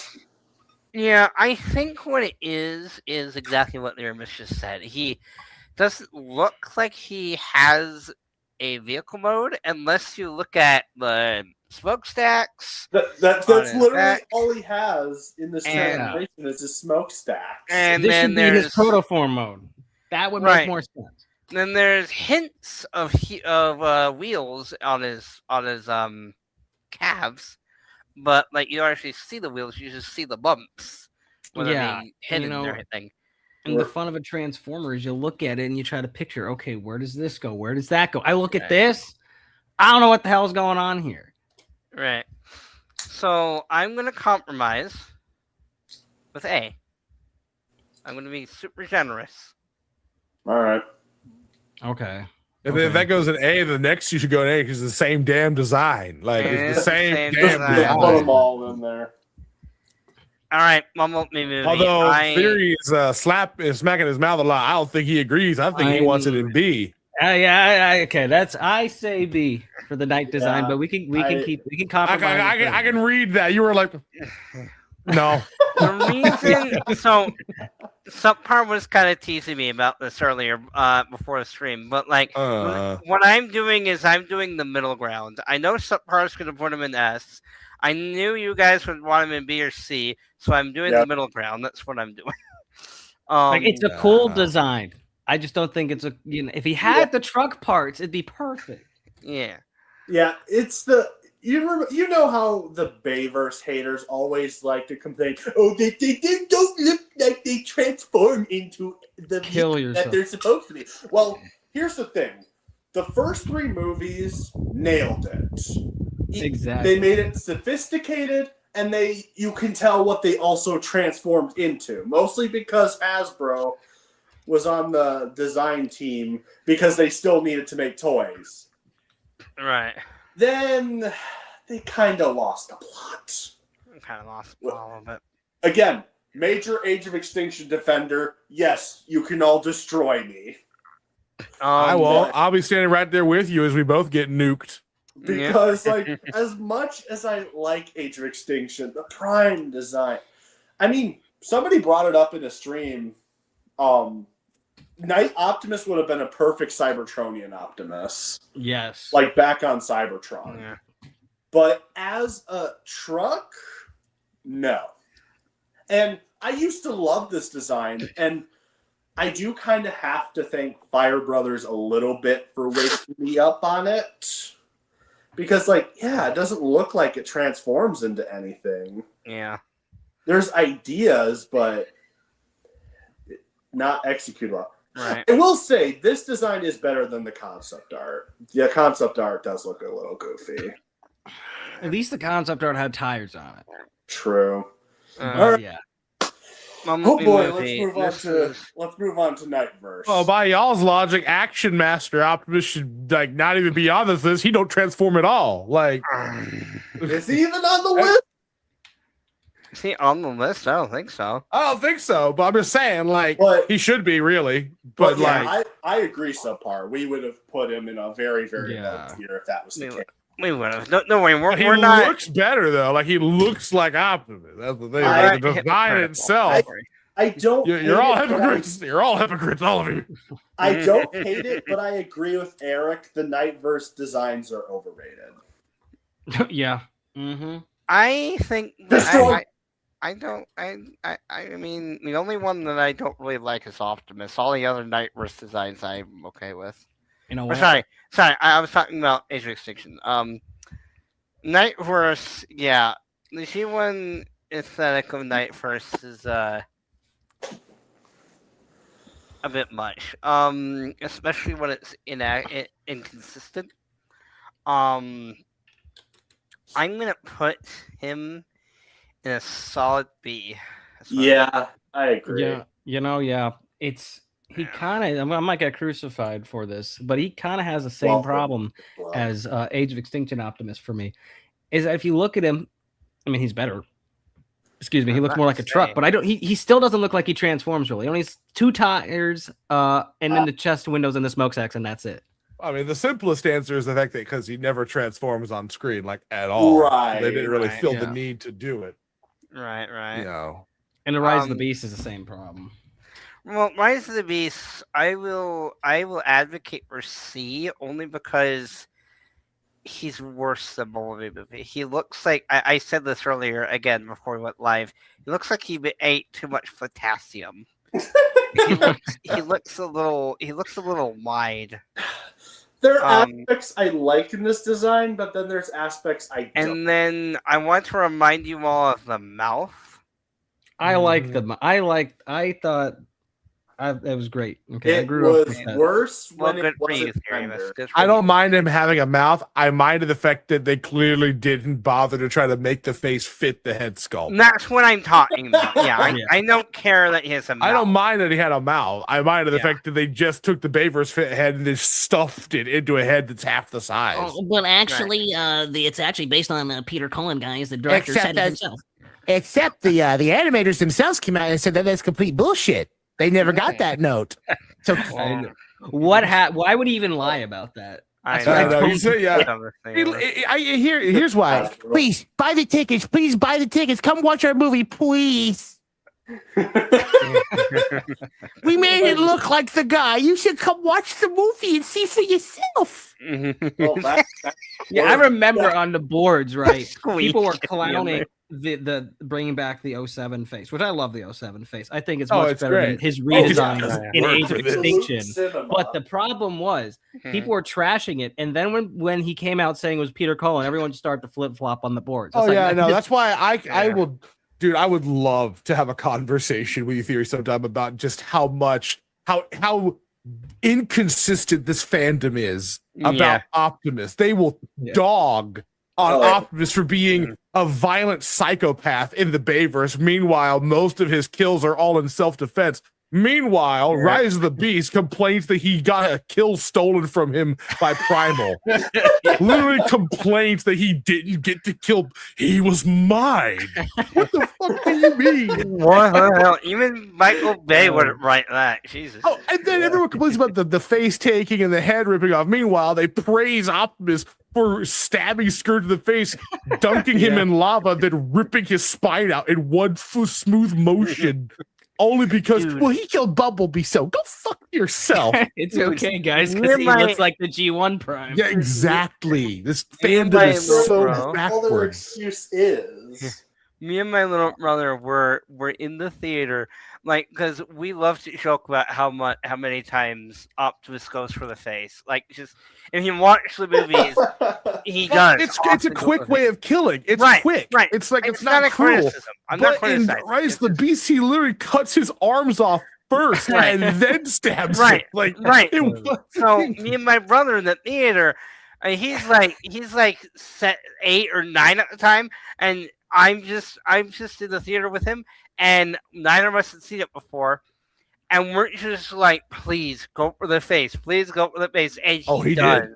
and he does, and we were just cheering. We were the only two in the theater cheering. But That's kind of embarrassing. You just hear these two nerds in the front. Yeah, I went to the face. Yeah, it was so funny. And the room's just quiet. It's one of my favorite memories with him, man. It's so great. You know, it does serve a practical purpose too, because they can get their arms, their legs cut off. They can be cut in half. It doesn't kill them unless you shoot the spark out or you get rid of the head. I mean, that's just the logic there. Right, yeah. But yeah, no, I literally talked with Steven Lawson, who's the voice of Optimus in like a lot of fan projects for like he's the big one everyone know him as is Rising Unicron, and then the one that I'm in with him, which is the drift shot stop motion videos. So the TLK alternate ending one he did a few years back. I was talking with him, and he literally was sitting there agreeing with me. It's like, yeah, no, everyone only gives Rise of the Beast Optimus a pass because he looks like G1, but he behaves almost worse than Bayverse Optimus because it goes like and here's the thing. I defend Rise of the Beast Prime's behavior because they cut out all the context for why he's acting that way. They cut it all out. Everything that explained his behavior was removed. So all we get is our introduction to get off my lawn, Optimus. You filthy flesh wearers. Get off my lawn. He's a dick the whole movie. Yeah, but then removing the transit scene killed his arc. Because the transit scene shows that in the same night he lost Bumblebee and the transwarp key, he lost A New Way Off Home. And then in we didn't even get the full version of the scene, but we were also supposed to get a glimpse of transit revealing to Optimus, hey, we're also killing you by the scores on Cybertron. We're murdering them for all to see. We're broadcasting this shit. So now Optimus is operating under the we've been here 9 years. Our people are still dying. They've been hunting me for 9 years. I've had to kill plenty of these guys just to keep us protected and hidden. He blew up his ship. I have no way off home. Oh wait, no, there's a transwarp key over there. Okay, we gotta hurry go get that because we can get off of here. By the way, and then these freaking demons, literal demons, just come out of fucking nowhere, kill the youngest one of the group, and swipe the key and leave him literally holding his insides in. Yeah, if you put all that together and that all happened within one night, yeah, I think he has every right to be pissed off for the remainder of the movie. But no, they just cut out that entire first half and just have it be, oh God, these filthy fleshies. Ugh. Yeah. The Optimus, well, it'd be an interesting character arc for him to have. Like, it was actually pretty interesting if they kept the full thing, but Optimus as a character wouldn't really act that way, He would under certain circumstances. Exactly. Like we saw with the Bayverse. The Bayverse, Age of Extinction, those were special circumstances. We fucked him over. He absolutely, like, the day he had to kill his father figure, that was already big enough for him. We then turn around and start murdering them to make our own versions. He had every right to be pissed off and angry and depressed in that movie. He earned that. It was set up properly. They did. And by the way, I want to throw something your way real quick. Revenge of the Fallen, Dark of the Moon, and Age of Extinction pose a question where the following movie answers it. There is a narrative through line. With Revenge of the Fallen, Optimus asks Galloway, what if we leave and you're wrong? What happens if we leave and let the Decepticons do whatever they want if they're clearly not here for us? Well, Dark of the Moon comes along. We don't want the Autobots. We want them off-world, and then there will be peace. Well, they do that. The Autobots leave, and then what happens? Chicago happens. That's exactly what happens. There is no such thing as democracy and negotiating with the Decepticon, and that proved his point. And then Dark of the Moon ends with Megatron asking, who would you be without me? Without an enemy, without the Decepticons, who are you without me to these people? Well, fourth movie. They're alien invaders here illegally. Time we take back our planet. 2, 3, and 4 poses question, has the answer, in the next movie, and then poses a question, it's answered in the next movie. The Last Night broke that cycle by saying there are no questions and there are no answers. Fuck you. We're gonna do what we want. But 2, 3, and 4 actually has a narrative through line from beginning to end. And I discovered that a couple of years back. I was like, that's actually very interesting 1, 2, 3 structure there. Darn it, subpar. You make me want to watch that amazing movie again. No, do it. I just watched it today. Yeah. Where are we ranking 2010's War Cybertron? Dude, this design is so good. This goes in S. This goes in S. Yeah. Mm-hmm. And I'd say I don't know if people agree with me. I think his fall Cybertron design, in my opinion, is worse than the War is, Cybertron. yeah. I'll put him in A. How's that sound, guys? Yeah, Fall Cybertron is just a severe downgrade. Yeah. Specifically the head. The head is just so weird. It is weird, yeah. Yeah, I'll agree with you on the head. Rise of the Dark Spark. Is that Rise of the? That looks more like the Revenge of the Fallen. The Age of Extinction early promo renders. Yeah, that's it because might be it. You first. Go ahead. That's because the design of Dark Spark was based off the concept art of the Age of Extinction. Oh, that's right. That's not going in B tier. No, it's not. It ain't going in A tier. It ain't going in S. It's going straight. It goes in C tier. No, that shit's at least going he has down. car parts on him. Yeah, I'll give That's him not that. enough. That's not enough. The head is dumb as hell. The head looks so bad. Speaking of dumb as hell, the exact opposite. Prime is going in S. Yeah, no, that's going. That's going on. There we go. I got him for a second. I got subpart for a second there. I was about to fly to wherever mountain cave you're hiding in. Can I join you? We're putting. Where would you put Beefcake Prime? Beefcake Prime is adorable.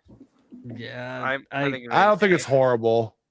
I said adorable, not horrible. Oh, is it horrible? I was like, what the fuck? Horrible. It's a cool design. Yeah. No, adorable. I love first 2 seasons. My only problem with this design is not the look itself, but he's too big. And I mean that in the fact of that once he got this form, there was no such thing as a back and forth between him and Megatron in a fight.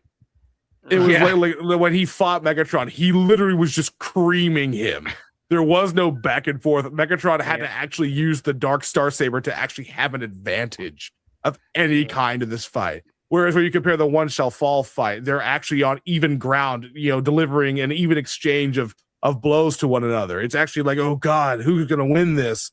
And then again, even when they both had their swords and they're in their same looks, there was still that, oh God, who could win this? Once he got this and absolutely dog walked the hell out of Megatron when he came back from the dead in episode 3 or 4.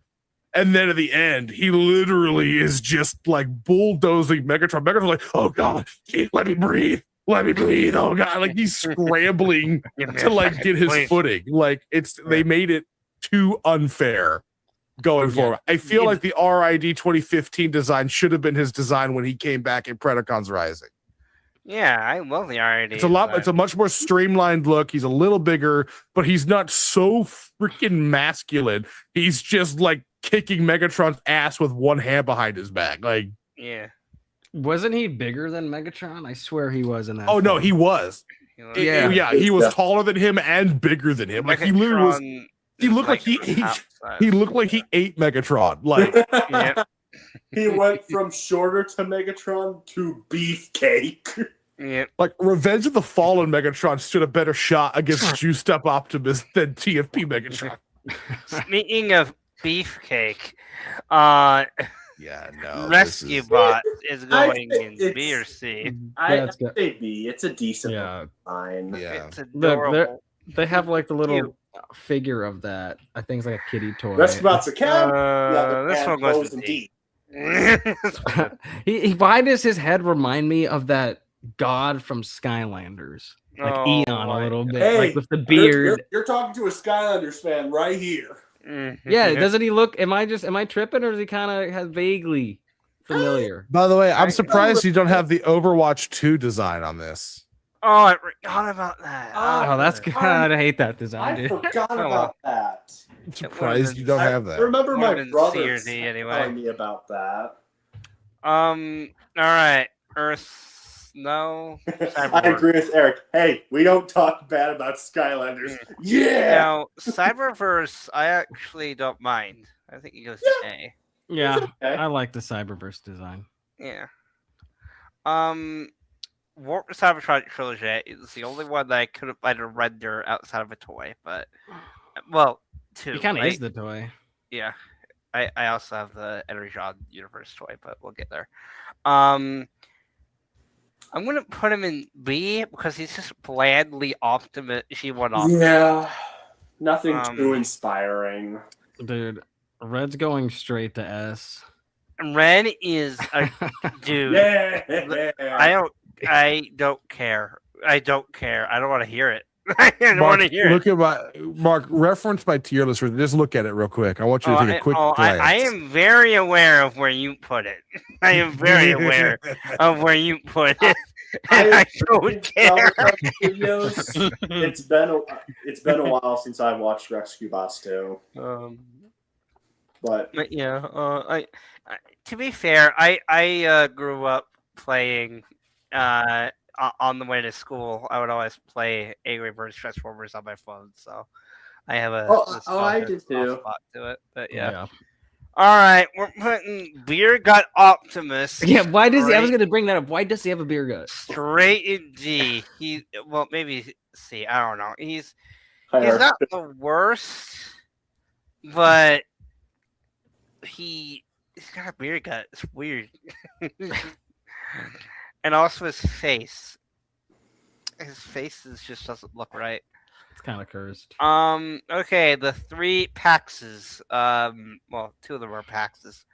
Where are we putting TF1 Optimus and stuff?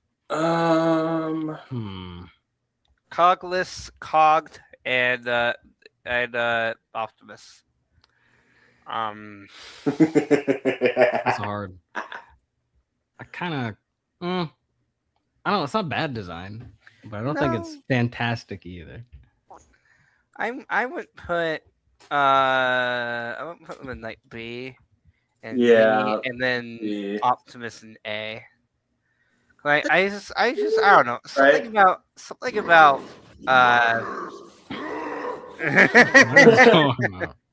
Miners. Yeah.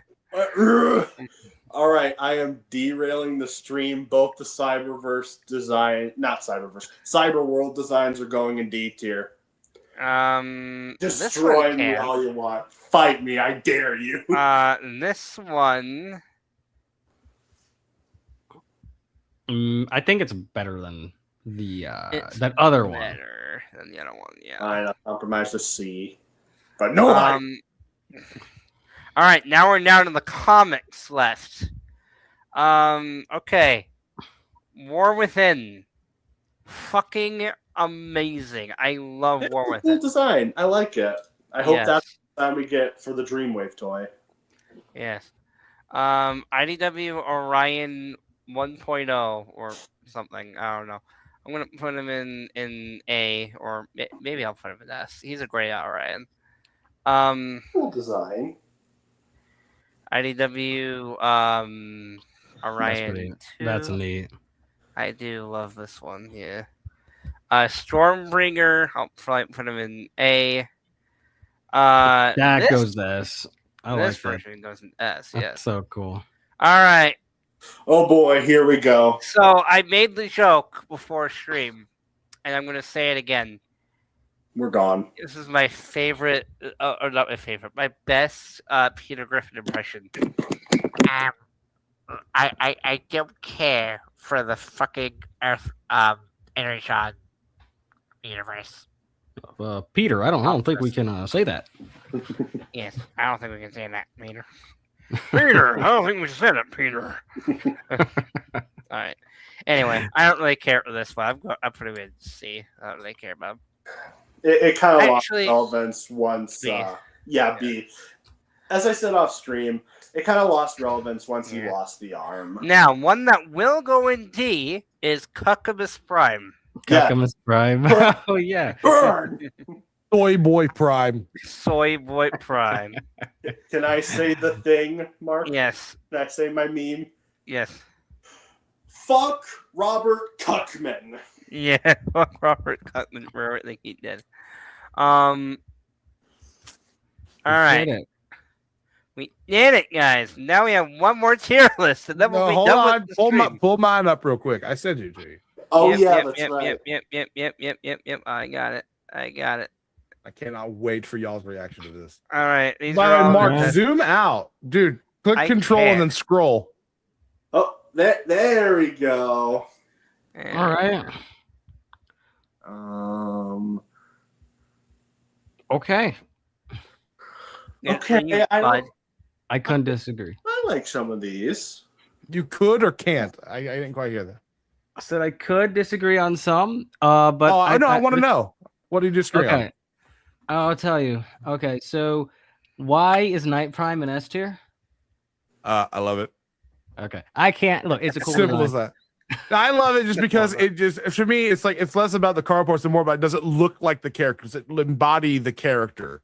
Oh, and it yeah, definitely does embody the character. that's what I'm going for. It's like, does it embody what I think of when I think Optimus Prime? Yes, it looks like Optimus, and especially given where he is narratively and character-wise in the story, the night look fits exactly, where he's at. Yeah. Okay. Yeah, I agree with that. All right. And so, did you have any other disagreements? No, I can't really agree or disagree on the non-movie stuff.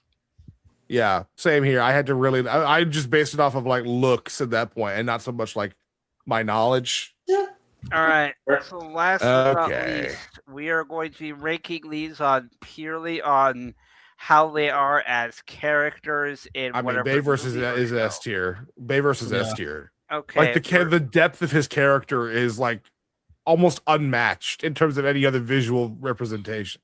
Like you get every version of Optimus you could possibly want in the Bayverse. Like even the bad movies, like even in the fifth film where he's just the generic, like, I am Optimus Prime, like he still is the embodiment of like of every aspect. All right. So since he really wants to do Bayverse, we'll just do Bayverse. No, that's the right answer. It goes in S tier. Like, no, I agree. Like, other than TF Prime, name anything else where you get that much introspection on his character in one go. By the way, why are you putting the Knight in A tier and B tier? This is the same character. We're not doing designs anymore, Mark. We're getting skimped on here. Whatever. G1, where are we putting him? In terms of character, that's interesting because, like, I'd put him in A tier, me personally. Like, he wasn't exactly the deepest character or the deepest version of the character. He was the first one, so obviously we owe him our respect.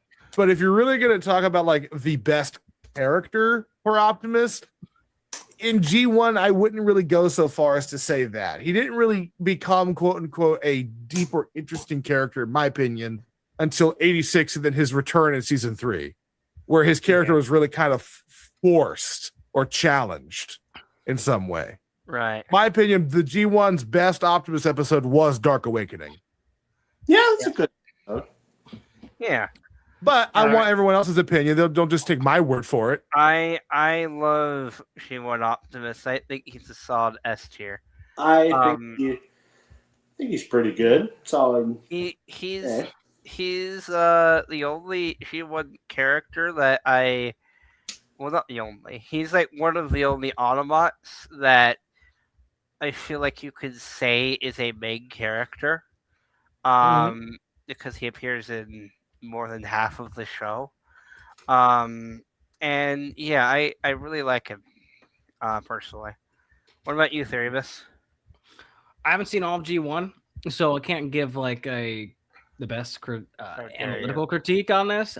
But what I'll say is there wouldn't be no Bay Prime if there was no G1 Prime.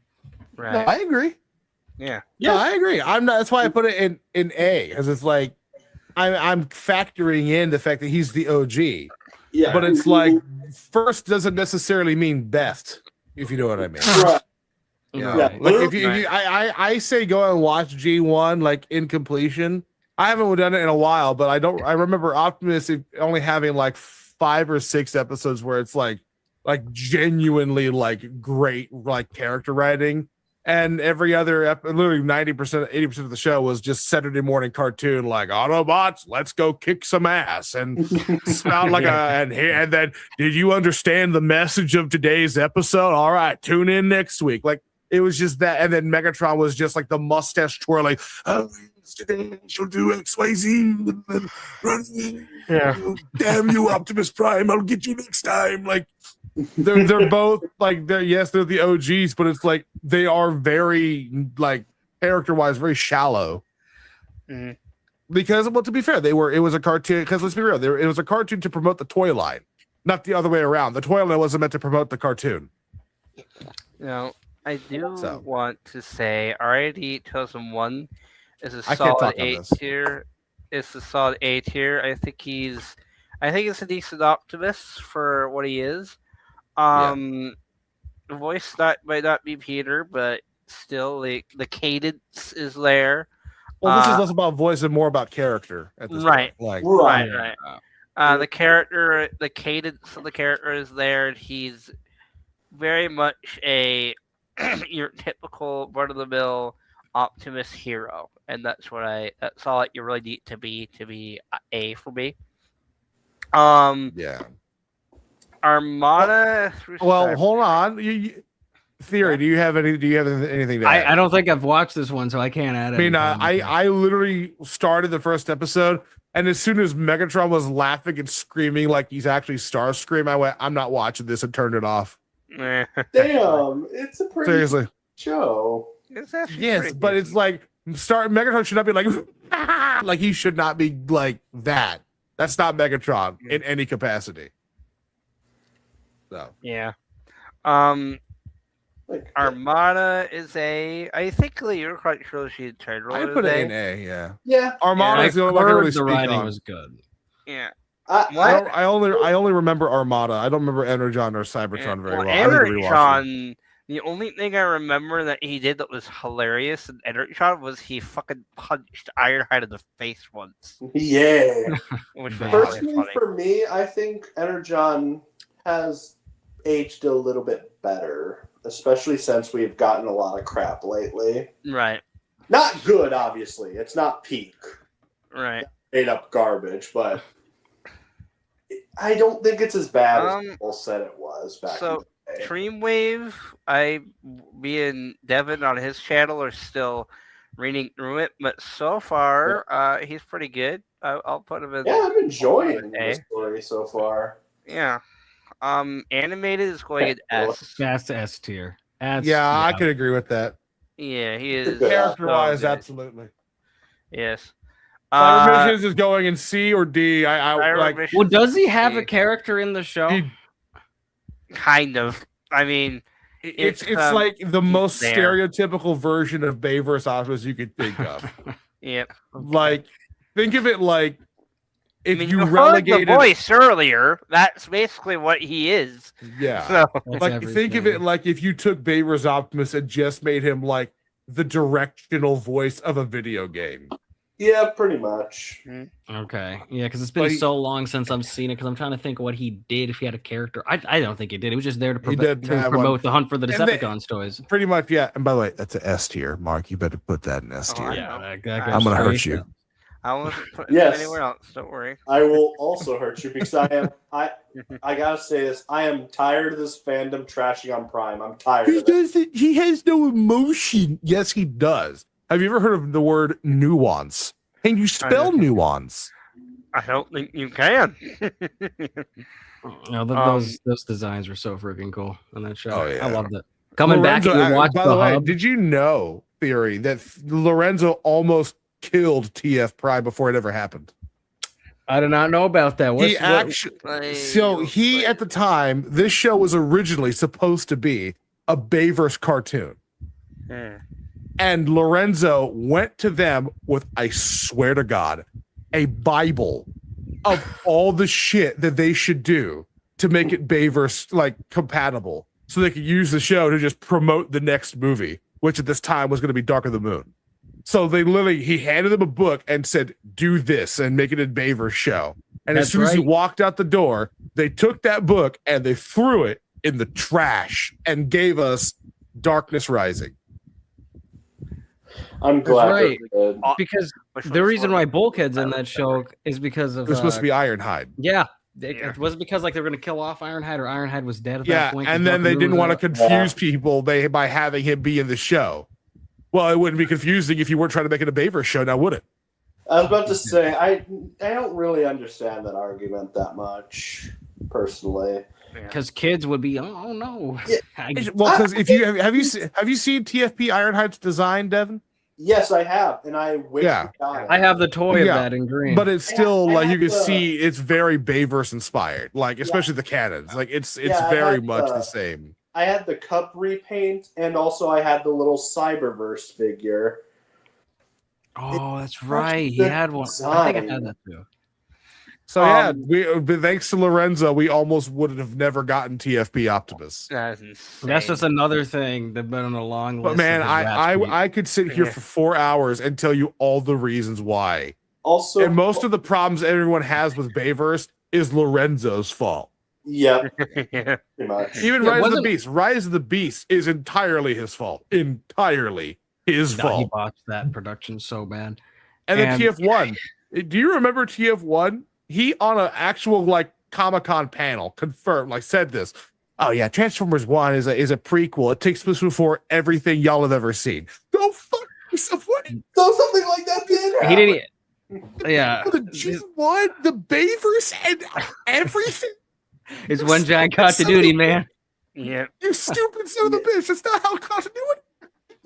No, I shit you not. I just remembered. Exact quote. Continuity is overrated. He actually said that. Continuity is overrated. If you focus too much on continuity, you may miss out on a great idea. That's what he said. Was the last night a great idea?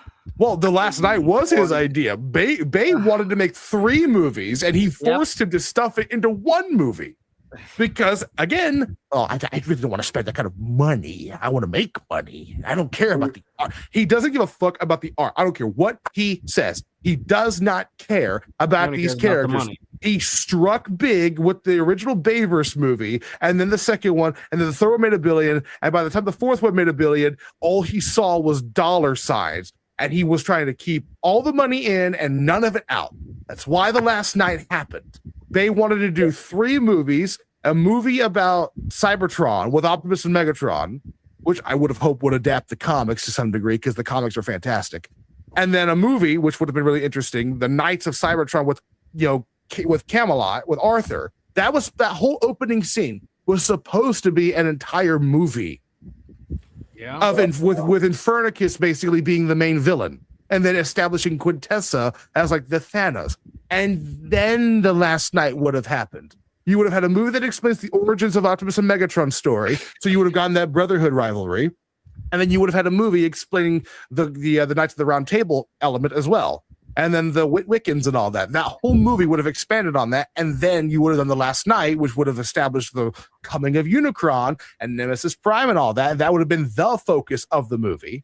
And then we would have gotten Transformers 6 proper, which would have routed everything out. And Lorenzo said, yeah, that's good. Except get rid of that whole fucking Optimus and Megatron movie. That's too much money. I don't want to spend that money to make all that Cybertron stuff. I don't want to do all that. And we could just take that night shit you got with Arthur. We'll put that in like in the other movie, and we'll just stuff it all into one, and that's it.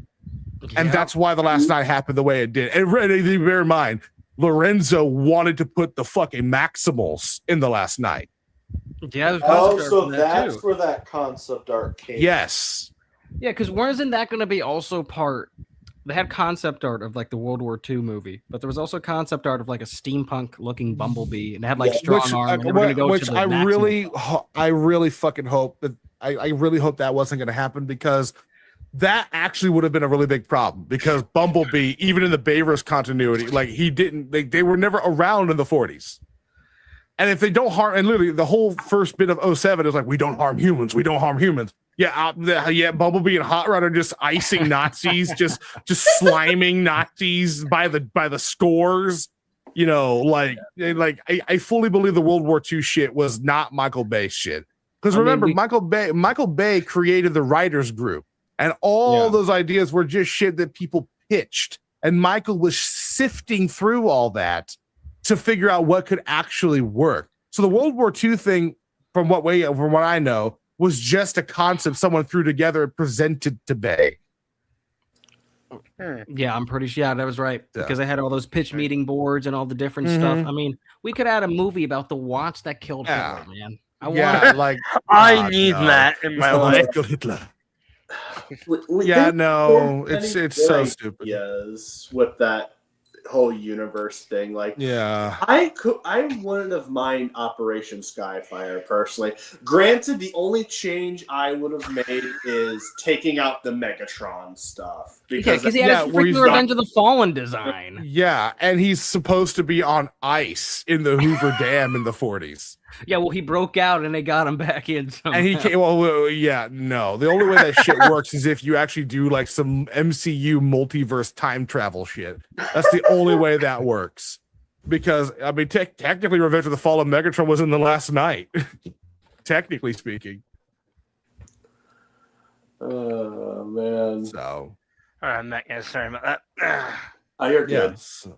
All right, games.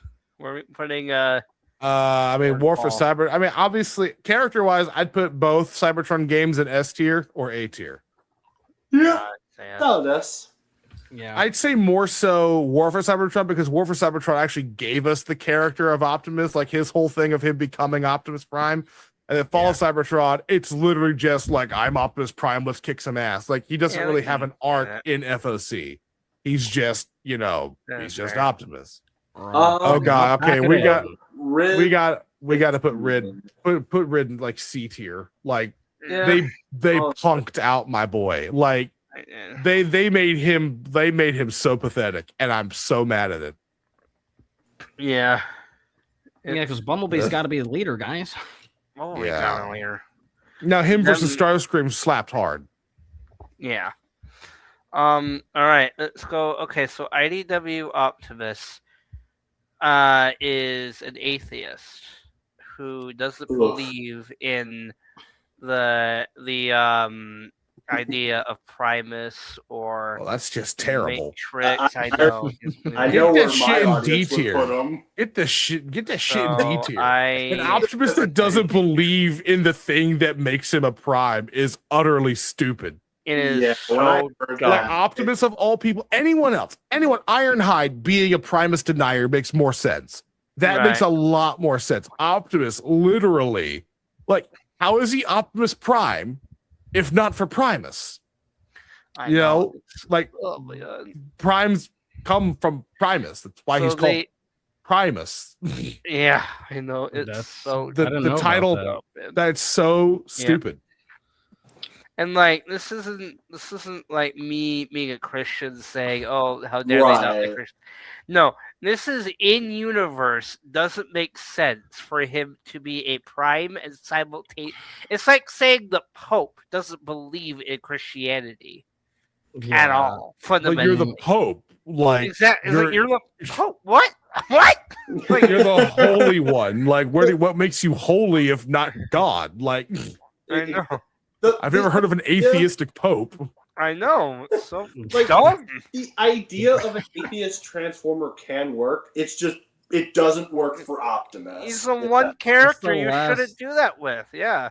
Unless you have like a weird take on Nemesis Prime or something, but then it's still a Prime, so yeah. Right. Yeah. I will say, okay, so for Devastation, I would put it up there with G1, considering it's literally G1. Like it's literally G1. It's just cell shaded. It's the exact same character. Yep. They even got the G1 cast for it. Yep, and it was awesome. I love Devastation. It was a great game. Okay, here's where it gets interesting, because it's like Rescue Bots. He's not really like He's not a character. He's not there that often, but he's not bad. I put him in B tier. Really, he's perfectly average. He's middle of the road. He doesn't do much, but like he's not a bad character. Okay, we don't talk about the next one. The next one needs to. We don't talk about the next one. We get that shit out of here. Get that shit out of here. It's not even the character's ugly. The story sucks. Like it's so bad. Okay, now I can't speak on Cyberverse because I didn't watch it. Because after the Netflix series, I was not about to watch 2 or 3 seasons more of Jake Fushi. So I did see the scene of Megatron killing Starscream. That was nice, but it wasn't enough to make me say, "Oh, let's watch the whole show now." Right. No, I don't blame you. I would put him in A or B. Like he's a decent Optimus. I'd probably put him in B realistically. Yeah, put him in B with Rescue Bots. Well, no, let's let Theory talk for God's sake.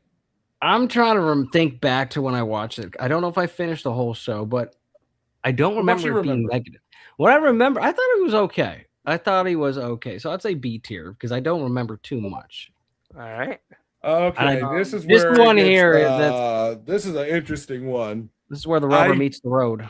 Oh God, these last ones. Okay, I know where I'm putting 3 of these, but this next one with the Prime Wars trilogy, can I just say, out of all the ways Optimus has died, this show is the biggest insult of a way for Optimus to die. Do you remember how he dies in this theory?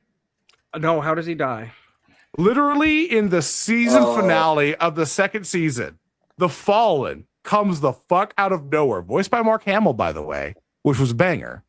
He shows up, jumps Optimus. Optimus literally just like stands there, is held in the air, T-posed in the air against his will, and the Fallen just shoots a beam through his chest slowly until it melts through and kills him, and then drops his limp body to the ground. And that's how they kill Optimus in this show. He doesn't get to fight the Fallen. He doesn't get to do anything. The Fallen just shows up, holds him, restrains him in the air, shoots a beam through his chest, and while he screams in pain, and then they just drop his body. Boom. Why? Why? Fuck you. That's why. That's terrible. Yeah. No, it is so bad. Prime Wars so bad. Yeah, the first season had John Bailey, and then season 2 and 3 was Peter Cullen. Yeah, well, he does come back to life at the end of the 3rd season, but it's like it sucks. You murdered him. Like the show literally murdered Optimus, and he's a victim. Yeah. But I can't remember but like in terms of story, from what I remember, much like Megatron, this show takes place after the war.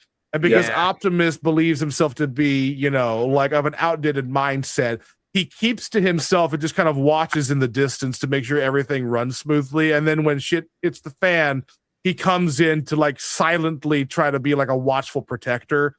And then, takes center stage because he's trying to prevent a war with the Combiners in the 2nd season. In the 1st season, from what I remember, the 1st season, Stars, there's a huge treaty happening, and Optimus is there just basically as a formality to just kind of be you have my support. And then shit hits the fan. Starscream turns evil, so Optimus kind of helps shut that shit down. And then he's like, all right, y'all have this well in hand. I'm going to go back home now. Y'all run the new world properly. Like an old man. And then the 2nd season is by the way, the Combiners are all having a civil war, and it's kaiju levels of destruction. And Optimus is like, well, fuck, I guess should I do something? This is kind of fucking crazy, dog. It gets so bad. He literally is like, yo, Megatron, I know you're busy, beating the shit out of the Constructicons for fun, but I think our people need us. He's like, yeah, get fucked, Prime. If you want that, you got to fight me for it. And then they literally do this whole season, from what I remember, of Optimus being like, Combiners, if you do this, you'll destroy all of us. And he's literally being Optimus Prime. And then the Fallen shows up, he's like, by the way, I'm evil Luke Skywalker. And kills him. And then the whole 3rd season is like, Optimus is dead. What the fuck do we do? Megatron's here. He's lusting after his cousin. We don't know what to do. And then he shows up at the end, and Megatron kills himself to save the day, and Optimus returns. And I gotta say though, the funniest thing Peter Cullen ever said as Optimus was in this show. At the very end, they brought Ron Perlman back to play Optimus Primal in season 3. And at the end, they give him literally the Beast Wars Optimal Optimus form. And Peter Cullen literally goes, "Indeed, Optimal Optimus." He literally says the name Optimal Optimus. It's the funniest shit. Because you just know he's reading the script like, what is that? What the fuck is an Optimal Optimus? Oh, that's so funny. Yeah, no. But I don't remember. That's all I can convey about the show because this show was around when I was in middle school, and then for a while it just got scrubbed off the internet and got locked behind a paywall on the Machinima website, and because of that, no one watched the shit anymore. And now Machinima's gone, and so people have done like 4K upscales of their saved copies of it, and now it's all on YouTube for free. So I guess I should rewatch it now that people have that no one gives a fuck anymore. But now there's one thing you mentioned. I just want to clarify. I want to make sure I heard this right. You said Megatron was lusting over his cousin?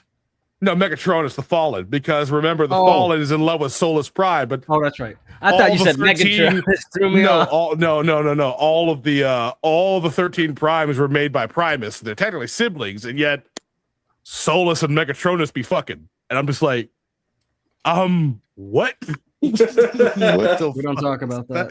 I literally talked my friend Crown 3D. I've been talking to him. I told him that. He says, "Okay, I could have gone my whole life without you saying that." It's true. Oh, it's true. Guy, they're children. Primus. They're direct lineage. And she's the only girl. Like, you can't tell me Primus wasn't on some bullshit. Like, Game of Thrones. That's crazy, Eric. That's insane. Game of Drones. Yeah. All right. Bumblebee movie. My personal vote, C. Yeah, I'm with subpar on this. Yeah, he barely did anything. Yeah. He was just there for G1 nostalgia. Whoa! Oh my god. Earth Part. I don't think I can. Yeah. Okay. See, yeah, I can agree. I don't even know what he did. You don't need to know. He doesn't. They just made him stupid, like Dad Optimus, where he's just, he's just a bumbling kind of idiot. And Lena 1 is a better fucking leader than he is in that show. Didn't he like text people with like flower emojis? Yeah, they literally do like the dad who doesn't know how to text people shit with him. Yeah. All right, Mr. We're not the Decepticons. Oh God! Man. See, I can probably. I can't say D. I feel like C. Given what we have in C, it's like it's not fair. I feel like it's a B tier. Given what we have in B, I feel like he's a low B. Like really thinking about it, like. A B he's not a complete. He's not a B minus. A solid B minus. You were hawking your boring bullshit in my classroom. Yeah, you were screaming and having voice cracks in my Netflix. Like, yeah. No, All it's right. like, but it's like really like he's like the most. It's like he's another average Optimus. Like, but it feels weird having two Peter Cullen performances in B tier. Like, really odd. And then another one in C, and two more in C. Like, it's such that like almost half the shit he's done is in B or C. Like, this feels weird. It does feel weird. No worry, we'll get back to Peter Cole. We have 3 videos to watch. Well, right there with another Peter Cullen, which I think we need to put him right next to Bumblebee Optimus. I'm not gonna lie. Yeah, I think technically he's done more in Rise of the Beast. Well, he did, but it's like they removed all the narrative context for his arc, so he's just grumpy racist out of like these evil fleshies, and then the end of the movie is like, you know what, you're one of the good ones, and that's the movie. Yep, pretty much. Like, bear in mind, by the way, the original ending before Lorenzo ruined it was that he was Unicron. Yeah, he's going to go to Unicron. He was going to sacrifice himself for the people he originally was bitter against. It would have been the perfect Optimus ending. No, we're going to give G.I. Joe. I just heard G.I. Joe. We need to have G.I. Joe in here. I smell money. Do you smell the money? Because I smell the money. Meanwhile, that movie's like 3 years in development, and we haven't even gotten a script done. And now Peter's dead. So now you're gonna have a no Peter, shitty script, Transformers G.I. Joe crossover just so the Happy Meal toys get you a new yacht. Yeah. Hasbro just scrapped the movie. The thing is development. Yeah, seriously. It's a lost cause. Go ahead. In my hot take, and most people in the stream, except for the people on my side, I personally think that the Transformers movie should reboot again. Personally, I think Bumblebee should just be like a failure. The Bumblebee universe should be a failure. The Amazing Spider-Man of Transformers, even though Don't Hate Tasm won. Go ahead, Sopar. I'm thinking because it's like I don't think I personally would prefer that Cable get the chance to like do a Snyderverse thing and remake Rise of the Beast the way it was supposed to be. Because like here's another thing. I'll tell you one more thing that one of many things that Lorenzo did that ruined Rise of the Beast. Peru. The entire Peru thing was Lorenzo's fault. Because if you go back and you watch all the interviews, Cable doesn't give a fuck about Peru. The one thing he keeps talking about is the culture of New York City in the 90s. He keeps selling that point. And yet, New York is only in the movie for the first act. After that, we're in Peru, the middle of nowhere. And that's one of the reasons, if you remember behind the scenes, him and Lorenzo were fighting. Because Lorenzo did not want to spend the money to shut down sections of New York to film all the Transformers action in a bustling city. Can we fire him, please? He instead, let's take us out to the middle of bumfuck nowhere, Peru. Not even in any of the major cities in Peru. In the middle of nowhere, where it's nothing but green hills and grass for the far as the eye could see, because that's easier to get the filming permits for.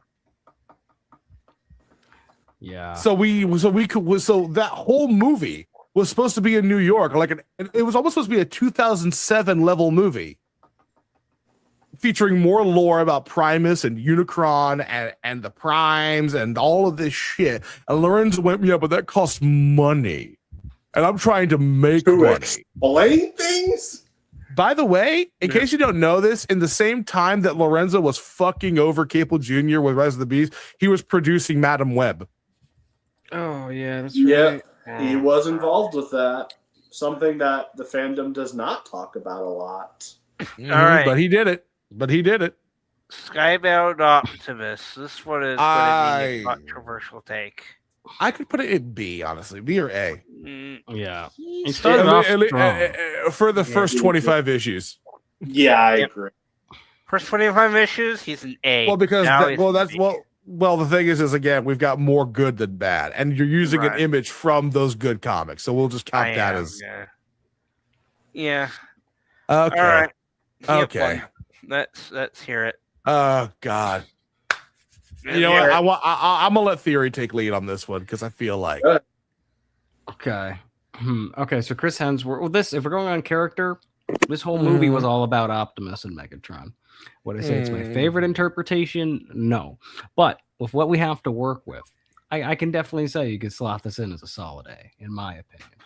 I could see it, but the problem I have is that most of the movie he's not Optimus. He's Orion. That's a fair point, actually. He's not Optimus until the end of the movie, and then at the end of the movie, he's like the stiffest character ever. Yeah, he's like, we're gonna go to Brian Tyree Henry. While I don't like Tyree Henry's voice for Megatron, he got more aggressive and more animated when he became Megatron. Whereas Hemsworth went the exact opposite direction and pulled back so hard, he had to do almost little to no acting for the character at this point. So we don't really know much about his Optimus besides that last speech. That's my point. Is like in terms of a narrative, like in terms of character, TF1's actual Optimus Prime has no character. Orion does. We're not judging Orions. We're judging Optimuses. Well, then, I guess. Well, Ryan, I would definitely say is an A. Optimus, Orion is an A, but Optimus goes straight to C, in my opinion. Yeah, should we go with B just to douse it? I don't care about pissing people off. Oh yeah, same here. Now thinking about it, okay, I could not be bothered to watch this show. Yeah, you already couldn't know give a my opinion on this one, Mark. It's whatever. Well, let's let theory. Let's let theory have a vote. Listen, Theory. here, I look. I haven't watched. I don't think I've watched any episodes of this show. I've only seen the memes, and I find the memes funny. So good for you. Maybe, I can't. That's it. That's all I can say. You find it funny, ironically. It's like ironically good. It's not good unironically. Yeah, it's like they did literally the Peter Griffin fall and like shit like that. I was like, it's so surreal. It's like, why is this here? Yeah, that's my question. Why the fuck is this here? Why does this exist? No one asked for this. Meme bait. It's brain rot. It's what it is. It's brain rot. Yep. I think we cooked with this list personally. This is solid. I'd say. I love how bad. Dude, I know people are gonna be so pissed if they ever find this and they see Bayverse above G1. There's so many angry G1ers that are gonna scream and cry. Dude, TFW users are gonna Bumblebee and Rise of the Beast and C. You people aren't real fans. What do you like about them? It's G1. That's not a character. Not a character. Not a character. That's an iteration, not a character. G1 boys. Bumblebee going So here's the last act of our stream. Prince Productions said he might hop on in a second, by the way. Oh yeah, after everything's over. Yeah, I unfortunately gotta go. It's past 11 my time. But please continue. It's 2 a.m. for me. That's right. It's crazy. Yeah, that's right. You guys are on the other side of the country, yeah? Miss Prince is demanding that I make sure everyone stays on. Okay, I could probably stay for like another 10 max. So okay. No. Prince is not in the position to make demands since his ass ain't here. I actually agree with subpar. And what the hell is he gonna do to you? If Theory's tired, bro, let him go to bed. Damn. I gotta brush my teeth, take a shower. Yeah, he's got a whole nighttime routine. This guy is a working man. Yeah, he's a working man. I work over 40 hours a week on my real job, dude. I hate it. All right. My God. Respect the fellow working man. But no, I had it was really nice meeting you, dude. Seriously. You too, dude. You are one of the funniest people I had the pleasure of meeting tonight. Thank you. Oh, just tonight alone. Just tonight though. Not of all time, just tonight. Well, yeah, I know. I don't talk to too many people online, so you know. I mean, hey, I look forward to talking to you again. That was real fun. Yeah, Definitely. we'll have you. I for sure think Subpar is definitely up for one of the guys we'll have on regularly because he loves Bayverse and so do we. Oh yeah, I know. I could sit here and gush about Bayverse all day long. I will defend everything in that show. Oh yeah, brother. Like I literally have had so many conversations and defending. I've gotten in so much trouble in this community. Ever. Like you ask certain groups of people about me, they think I'm Satan because I'm very colorfully worded. You've heard a very clean version of me tonight. But I have had arguments with people that say dumb things like G1 Hot Rod thought he was better than G1 Optimus. That's why he tried to grab the gun from Megatron. He was trying to show up Optimus and steal his thunder. And get this. Oh, this one will probably chap your ass. That Quintessa couldn't be a prime because she didn't look like one. What? Yeah, no. She was. If we're going strictly by that, yeah, you see the original primes. It was and it then was Optimus and is Sentinel. Yeah. But Wait, like she's a terrible. Well, I'm saying like if you compare the looks, like the OG7 and then Sentinel and Optimus, well, those two groups look totally different. Yet they're both equally biologically primes. So who's to say what a prime looks like? So that goes out the window. And then she says, well, she didn't act like a prime. And I went, the Fallen and Sentinel Prime are standing right there. Like they're standing right there, dog. Like they're so much worse. I will say I called this person the R word. And that's why I got in a lot of trouble. But it's like, yeah, but but in my defense, those are some trash takes. Those are some really brain dead takes. You can't lie. Like, because he even said that, like, by saying Hot Rod was better, you realize he spent almost all of season 3 depressed, right? Yeah. Like wishing Optimus was back. And then in Headmasters, after Optimus died again, Rodimus literally leaves halfway in the show because he's just like, I'm not Optimus, y'all deserve better, and just leaves. He quits halfway in the show. Hot Rod is the exact opposite of an Optimus hater. He's an Optimus worshiper.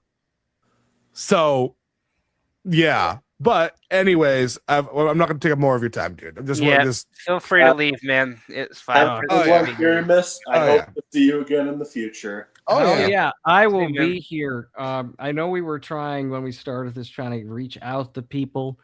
I'm going to try to get this one guy. He has a what's his name?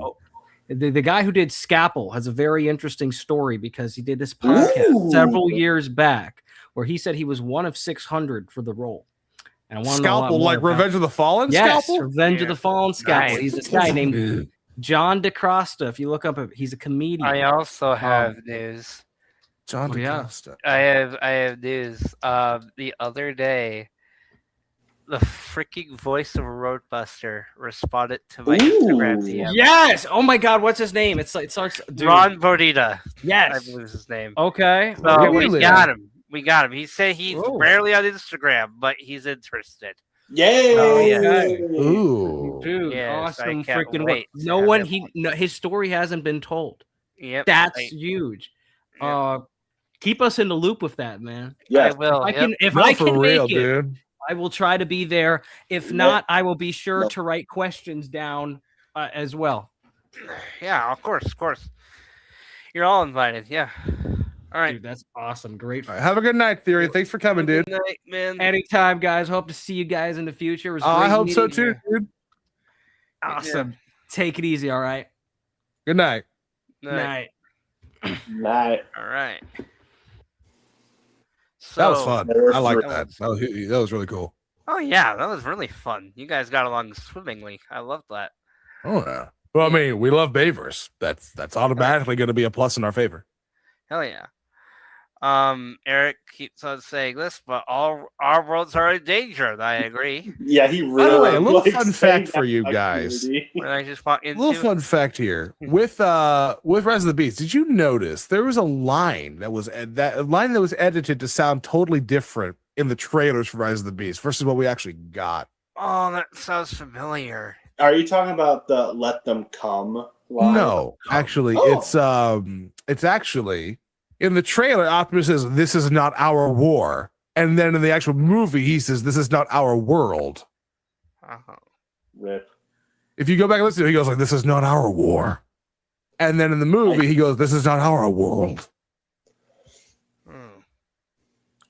I wonder why they cut that. Trailer. Yeah, I'm not sure which one I like more. Probably War because. Well, I think again they were trying to give because remember they also had plenty of lines that was cut from the movie from Primal, of all the threats from both your past and future, you've never faced anything like this.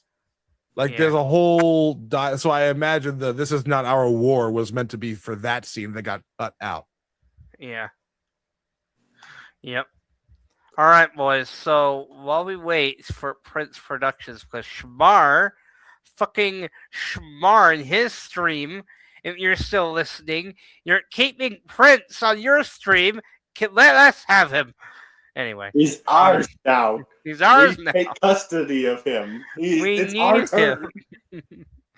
I will say I'll need to go soon because I do have to get up for church in the morning. That's fine, man. Yeah, man. That's But fine. I don't want to miss out on the next bit of festivities here. Yes.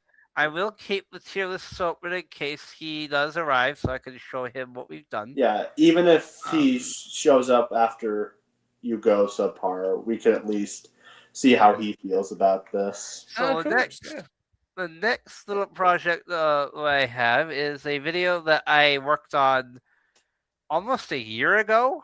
at this point. There I am. And yep, there's Devin right there. And I just had it in the back Predator burner. and King Kong better be in this. What? I said Predator and King Kong better be in this. Oh no, these are just Transformer voices that he's done. Oh, I didn't read all the way. Sorry, Yeah, I'm a fucking it's idiot. okay. You're fine. You're fine. You're fine. Readings for pussies anyway. You're fine. But You say with your glasses on. Yes. But yeah. So this I made a while ago, but I never uploaded it, and so I'm gonna upload it now. And I uploaded it now that Peter has left us. So let's watch and see how many different voice. You'll be surprised how many different voice lines I wouldn't he be. has. All right, let's see.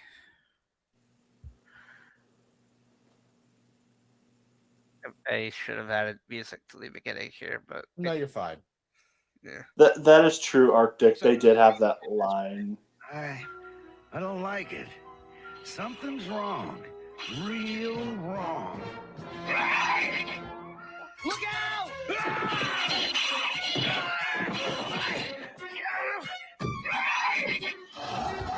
Nothing, little one. What would you say about me?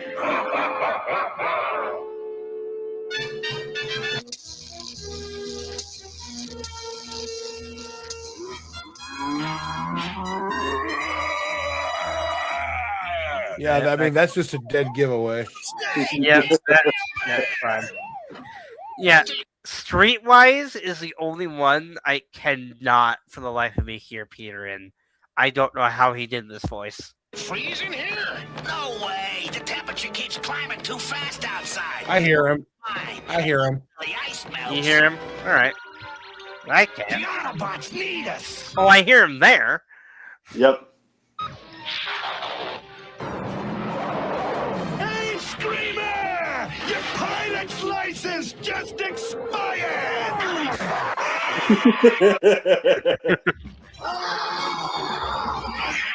He only voiced him in this episode, apparently, according to TFWiki. Yeah. And it's just for that. And it's just for that one roar. What's with Rodimus Prime? He's so edgy. Looks like they don't care who they ace as long as they get us, too. The plague you speak of has visited us once before. A wise man was able to contain the spores and send them into the sun, but no one was able to Peter Cullen going to Peter Cullen for help. Yep. How? I need your advice, me. You gotta be. I need you to tell me how to stop Ebola. the spores, much less destroy them now that they have spread across the galaxy. In there. We don't talk about the rebirth. Yeah, we are talking about this. It's definitely the weakest episodes of G1. Yeah. Galvatron told me to check up on you. Need a counterpunch? We don't need your help. Fine, you deal with my Autobot counterpart. I've heard he's nearby. Real nearby. Wow, subtle.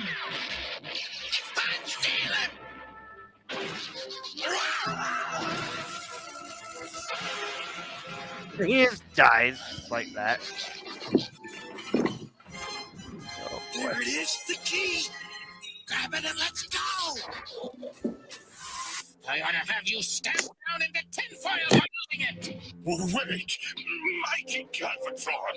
You're hasty now, Autobozzos. Slug Slinger's here. You turn on trigger happy. You can call me Caliburst, because I've never missed a shot in my life. But you've never taken a shot in your life. The boys all call me Nice Stick. I hope you like busted heads. Yeah! Man, he did a lot for rebirth. Yeah. Yeah. Go of me. Let go of me! I need to hear that again. I remember us just laughing at this scene. Yeah, let go of me! Go, I tell you, let go. You stinking punk. I'll get you for that. Dr. Morocco, we found this under a table in the lab. But if I learn that you have been dabbling with my dark energon stores, attempting to infuse yourself with its formidable power, My liege. let me just say, you have been awarded more chances for redemption than anyone in Decepticon history. Energon! Hey, you there. What are you doing? I order you, stand down!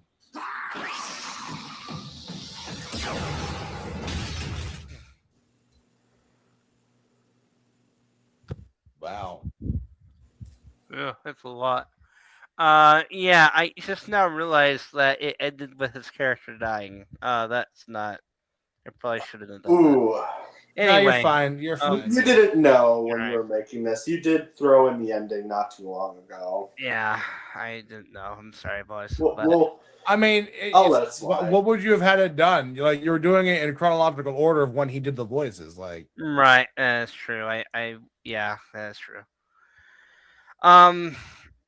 Okay, so now we're gonna do the last thing we're gonna do is we're gonna watch this tribute of Peter Cullen, and then we're gonna listen to his speeches from the 6, 7, 8 movies that he's in, and that includes that includes Predacon's Rising. It doesn't include the G1 movie because he doesn't survive the G1 movie. Anyway, right. Okay, we're gonna watch this one first. This is made by MP Studios. Everyone subscribe to MP Studios. Anyway, Larry's 13 months older, 5 inches taller. And, but we're 13 months apart. We were very, very close. So he said, Peter, where are you going today? Well, Larry, what, you need the car? I said, no, I just want to know where you're going. I'm going to audition. I'm going to be, I'm auditioning as a truck.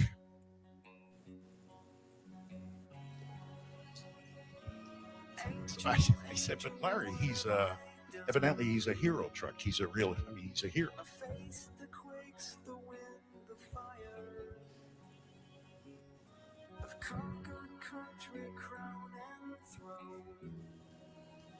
And his face got somber, and he said, Peter, if you're going to be a hero, be a real hero. Don't be a Hollywood hero type with all the BS and all the yelling and screaming and trying to be tough.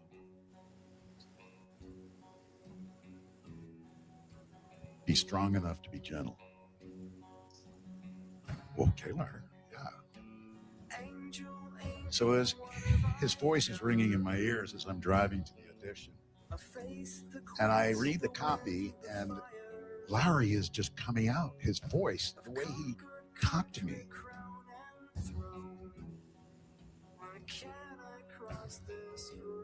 And it said, I'm Optimus Prime. No, it was, my name is Optimus Prime. My name is Optimus Prime. Open your heart and hands, my son, or you'll never make it over the river. It'll take a lot more than words and guns, a whole lot more than riches and muscle. The hands of the many And gratefulness becomes a strong feeling for many of us. First of all, to my incredible family, survived with me through the ups and downs, the joys and tears. You are my heroes, now and always.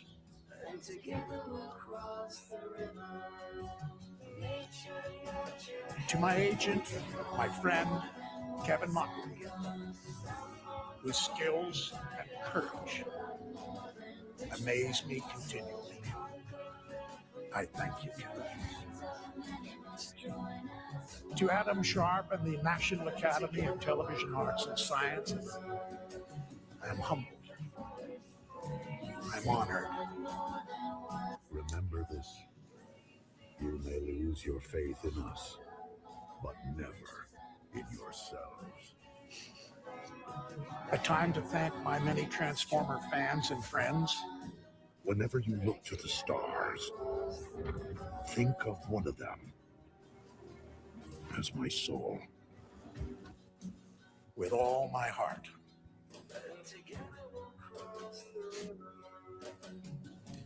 We feel depressed again. I know.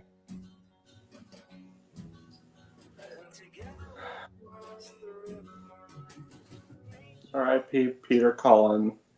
Thank you for so much.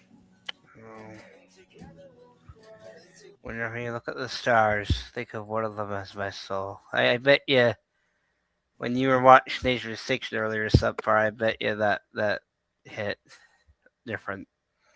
I haven't really had a strong emotional reaction to this. Yeah, because again, like I said earlier, I'm surprised, but I'm not surprised at the same time. Right. I'm emotional because I don't need to explain why. It's obvious why. But last but not least, I will say real quick, if you want a good Yeah. tribute, look up what Crown did. Oh yeah, I saw that in my notifications. Crown did one? Okay. Oh yeah, he did a good one. What? He did a real good one. Been It's meaning- the best one I've seen so far. It's not it's not Black Crown anymore. It's just Crown 3D now. Oh, okay. There he is. Oh, I must have started it. Start it from the beginning. Yep, I will. Just click 0, dude. Oh, is that how you do it? Okay. I didn't know that's how you do it. Thank you for all that you did, sir. God bless you. May you find peace in the heavens.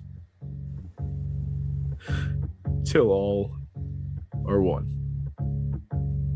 Thank you. Sharp is the wind. Cold is This may very well mark the end of the Age of Primes. harsh is the live long day. You have each acted as a prime. We did all of this. Open plain. By Donnelly's Bumblebee. Leadership can be earned with or without the Matrix. You have truly risen above yourself. Arise, a warrior. by the saints she was cursed. RC, revenge will not bring back those we have lost. It is the external wounds which heal the quickest. Wisdom cannot be granted, RC. It must be earned. Sometimes at a cost.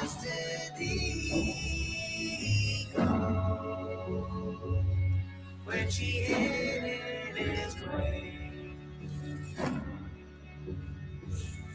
with sticks and with stone. Ratchet, you saved quite a few lives today. I just wanted so badly to help us.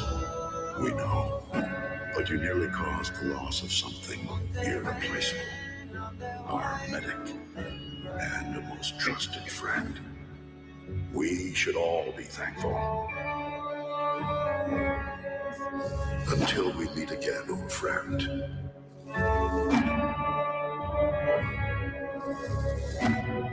We Autobots take strength in the bonds we have forged with our three young friends. True warriors, if not in body, then in spirit. The members of Team Prime are not cogs ranks of the machine, they have grown into something greater than an army. A human concept. One I have learned since coming to Earth. Family. Alas, we will miss our home away from home. And the family we've made here. They're birds of the air and beasts of the field. By spite and by fury, our people reveal. We have endured bitter hardship and countless battles. But at long last, our home planet has been restored. They come from all over to hunt their As even Megatron has demonstrated on this day, every sentient being possesses the capacity for change. I ask only this of you, fellow Autobots. Keep fighting the noblest of fights. Above all, do not lament my absence.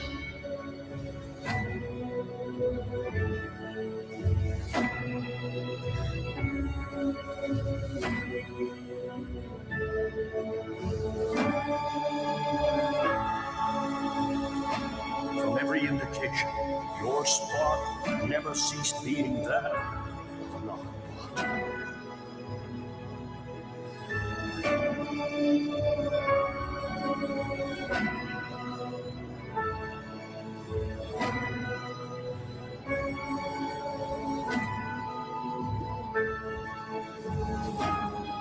Megatron must be stopped, no matter the cost. man is a small bird, though blamed for much woe. For in my spark, I know that this is not the end, but merely a new beginning. A rock for her ceiling. Simply put, another transformation. Easy, soldier. Whatever lies beyond that portal is our best and last hope, my friends. No sacrifice is too great in the service of freedom. All we want is to leave. I wasn't asking. After eons of conflict, I finally see the truth of your words, Megatron. This universe, no matter how vast, will never be big enough for you and I to coexist.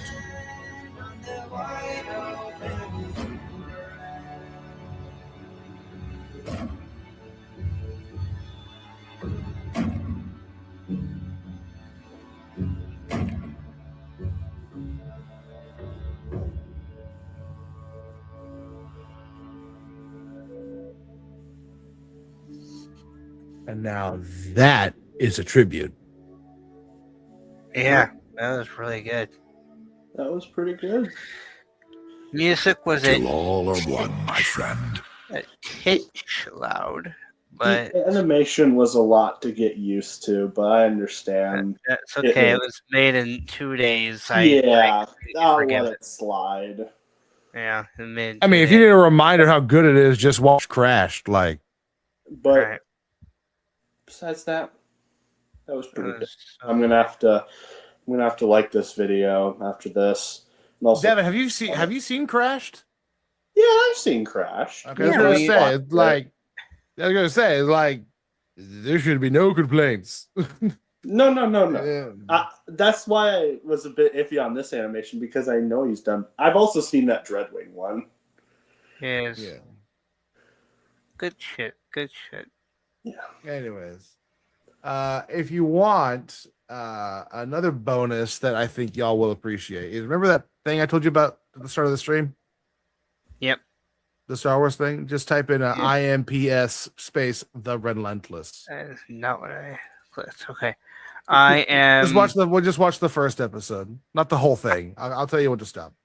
No, like the letter IM, like I, the letter M, P space S. Eric, subpar, don't look at the chat, but Eric, no. No. Bad Eric. No. Not talk about that. All right. And then the first episode down the Davenport Gateway. Yep. Okay. All right. I'll tell you when to stop because he's only in the first, I think 8 or 9 minutes.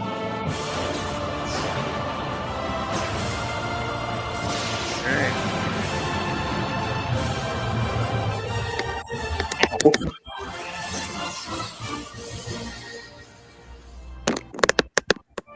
What the fuck are you doing, Devin? Devin, you're making a lot of noise. Sorry, it was really loud on my part, so I was turning it down. It's also 1:30 a.m. in my time zone. 2:30 for me. I'm probably gonna go after this. All right. Yeah, we'll end it here after that. Yeah. Yeah, I think that's a wise choice. Oh my god.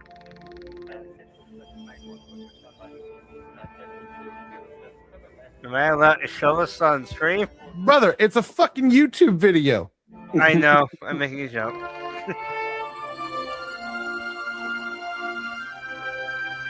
Good thing you don't make money, Mark.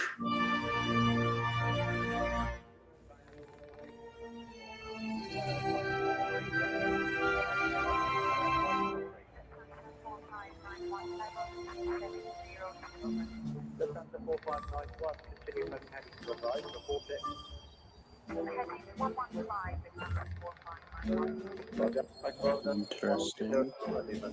This way.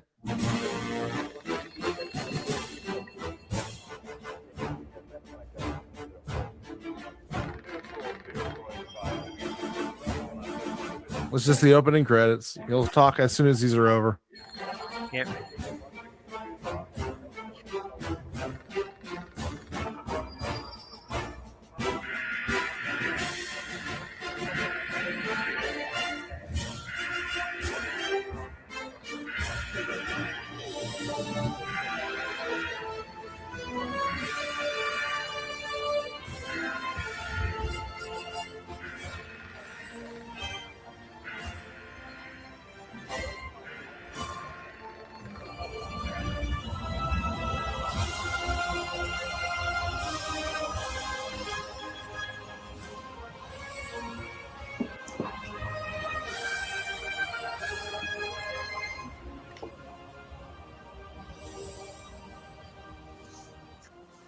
Here we go. Behold, the brilliant silence of space, domain of the There he is.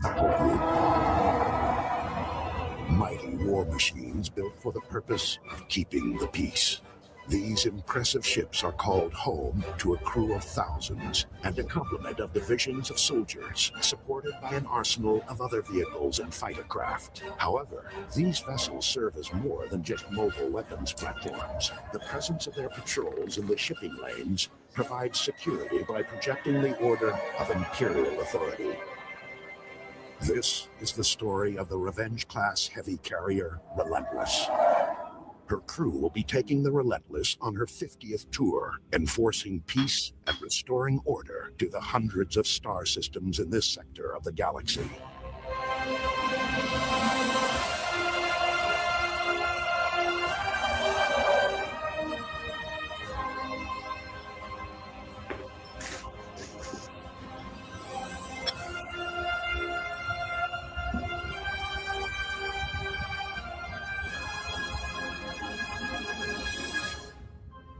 The Imperial Navy is as vast as the space in which it patrols, and is the greatest armada the galaxy has ever seen assembled under one flag.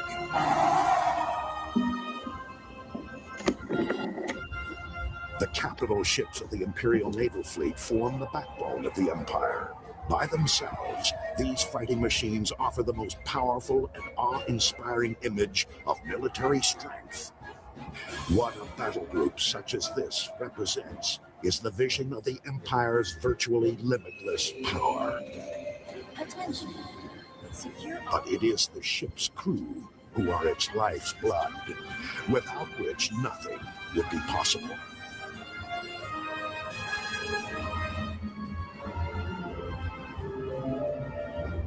Attention. Please secure all vehicles and vehicles. Hyperspace jump performance.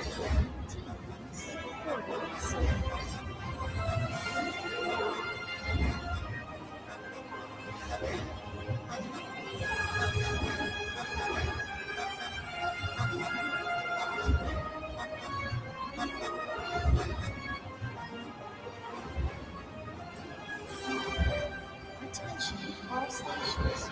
Prepare for jump to hyperspace.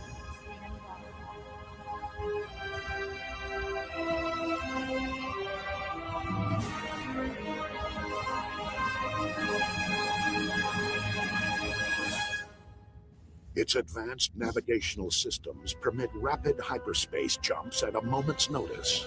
That puts this carrier battle group in the class of the Imperial fleet's most important and powerful resources.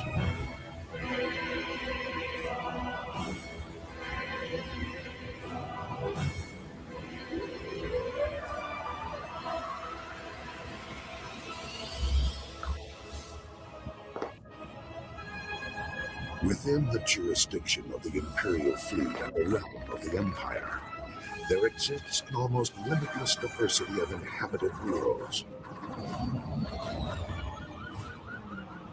For those who serve among the Imperial Armed Forces, this means that every single life form, on every single world, in every system, is under our protection. Here, social unrest and criminal enterprises undermine Imperial order. Besieged by militant groups, the garrison requires a constant supply of fresh troops and equipment. It would be impossible to station troops in every system within the Empire, but its carrier battle groups give the Empire the ability to deploy anywhere it wishes on short notice. Shuttle 2249 Echo, you are cleared to depart straight out. Remain at or below tops until clear of the Relentless. 2249 Echo, below tops, still clear. 2249 Echo, contact Davenport approach at 1 or 24.9er. Tell them you've got traffic. Happy hunting. Going to approach 2249 Echo. We'll see you on the other side. The narration is going. State-of-the-art weapon systems and technology may be the instruments for initiating the peace process, but it is the ground forces that play an essential role in keeping it. Approach shuttle 2249 Echo, leaving Relentless inbound with the numbers. 2249 Echo, atmosphere approach Delta, plan on entering visual approach Alpha. Welcome to Davenport Gateway. Increasingly, Imperial troops are required to act as peace officers in systems where local law enforcement agencies are not adequate to control the general populace. By assuming this responsibility, the Empire's influence is expanded. If it was not for the strong Imperial presence in this sector, precious civilian lives would be lost. It is in this world that the Imperial soldier must keep a level head, a steady hand, and a watchful eye. Come in to Team 8257. Come in. 8257 Rail Runner. Go ahead. All right, that's it. Come in, 8250. All right, that was beautiful. Yeah. What'd you think? I Not loved bad it. so far. I'll have to finish it later. Yeah.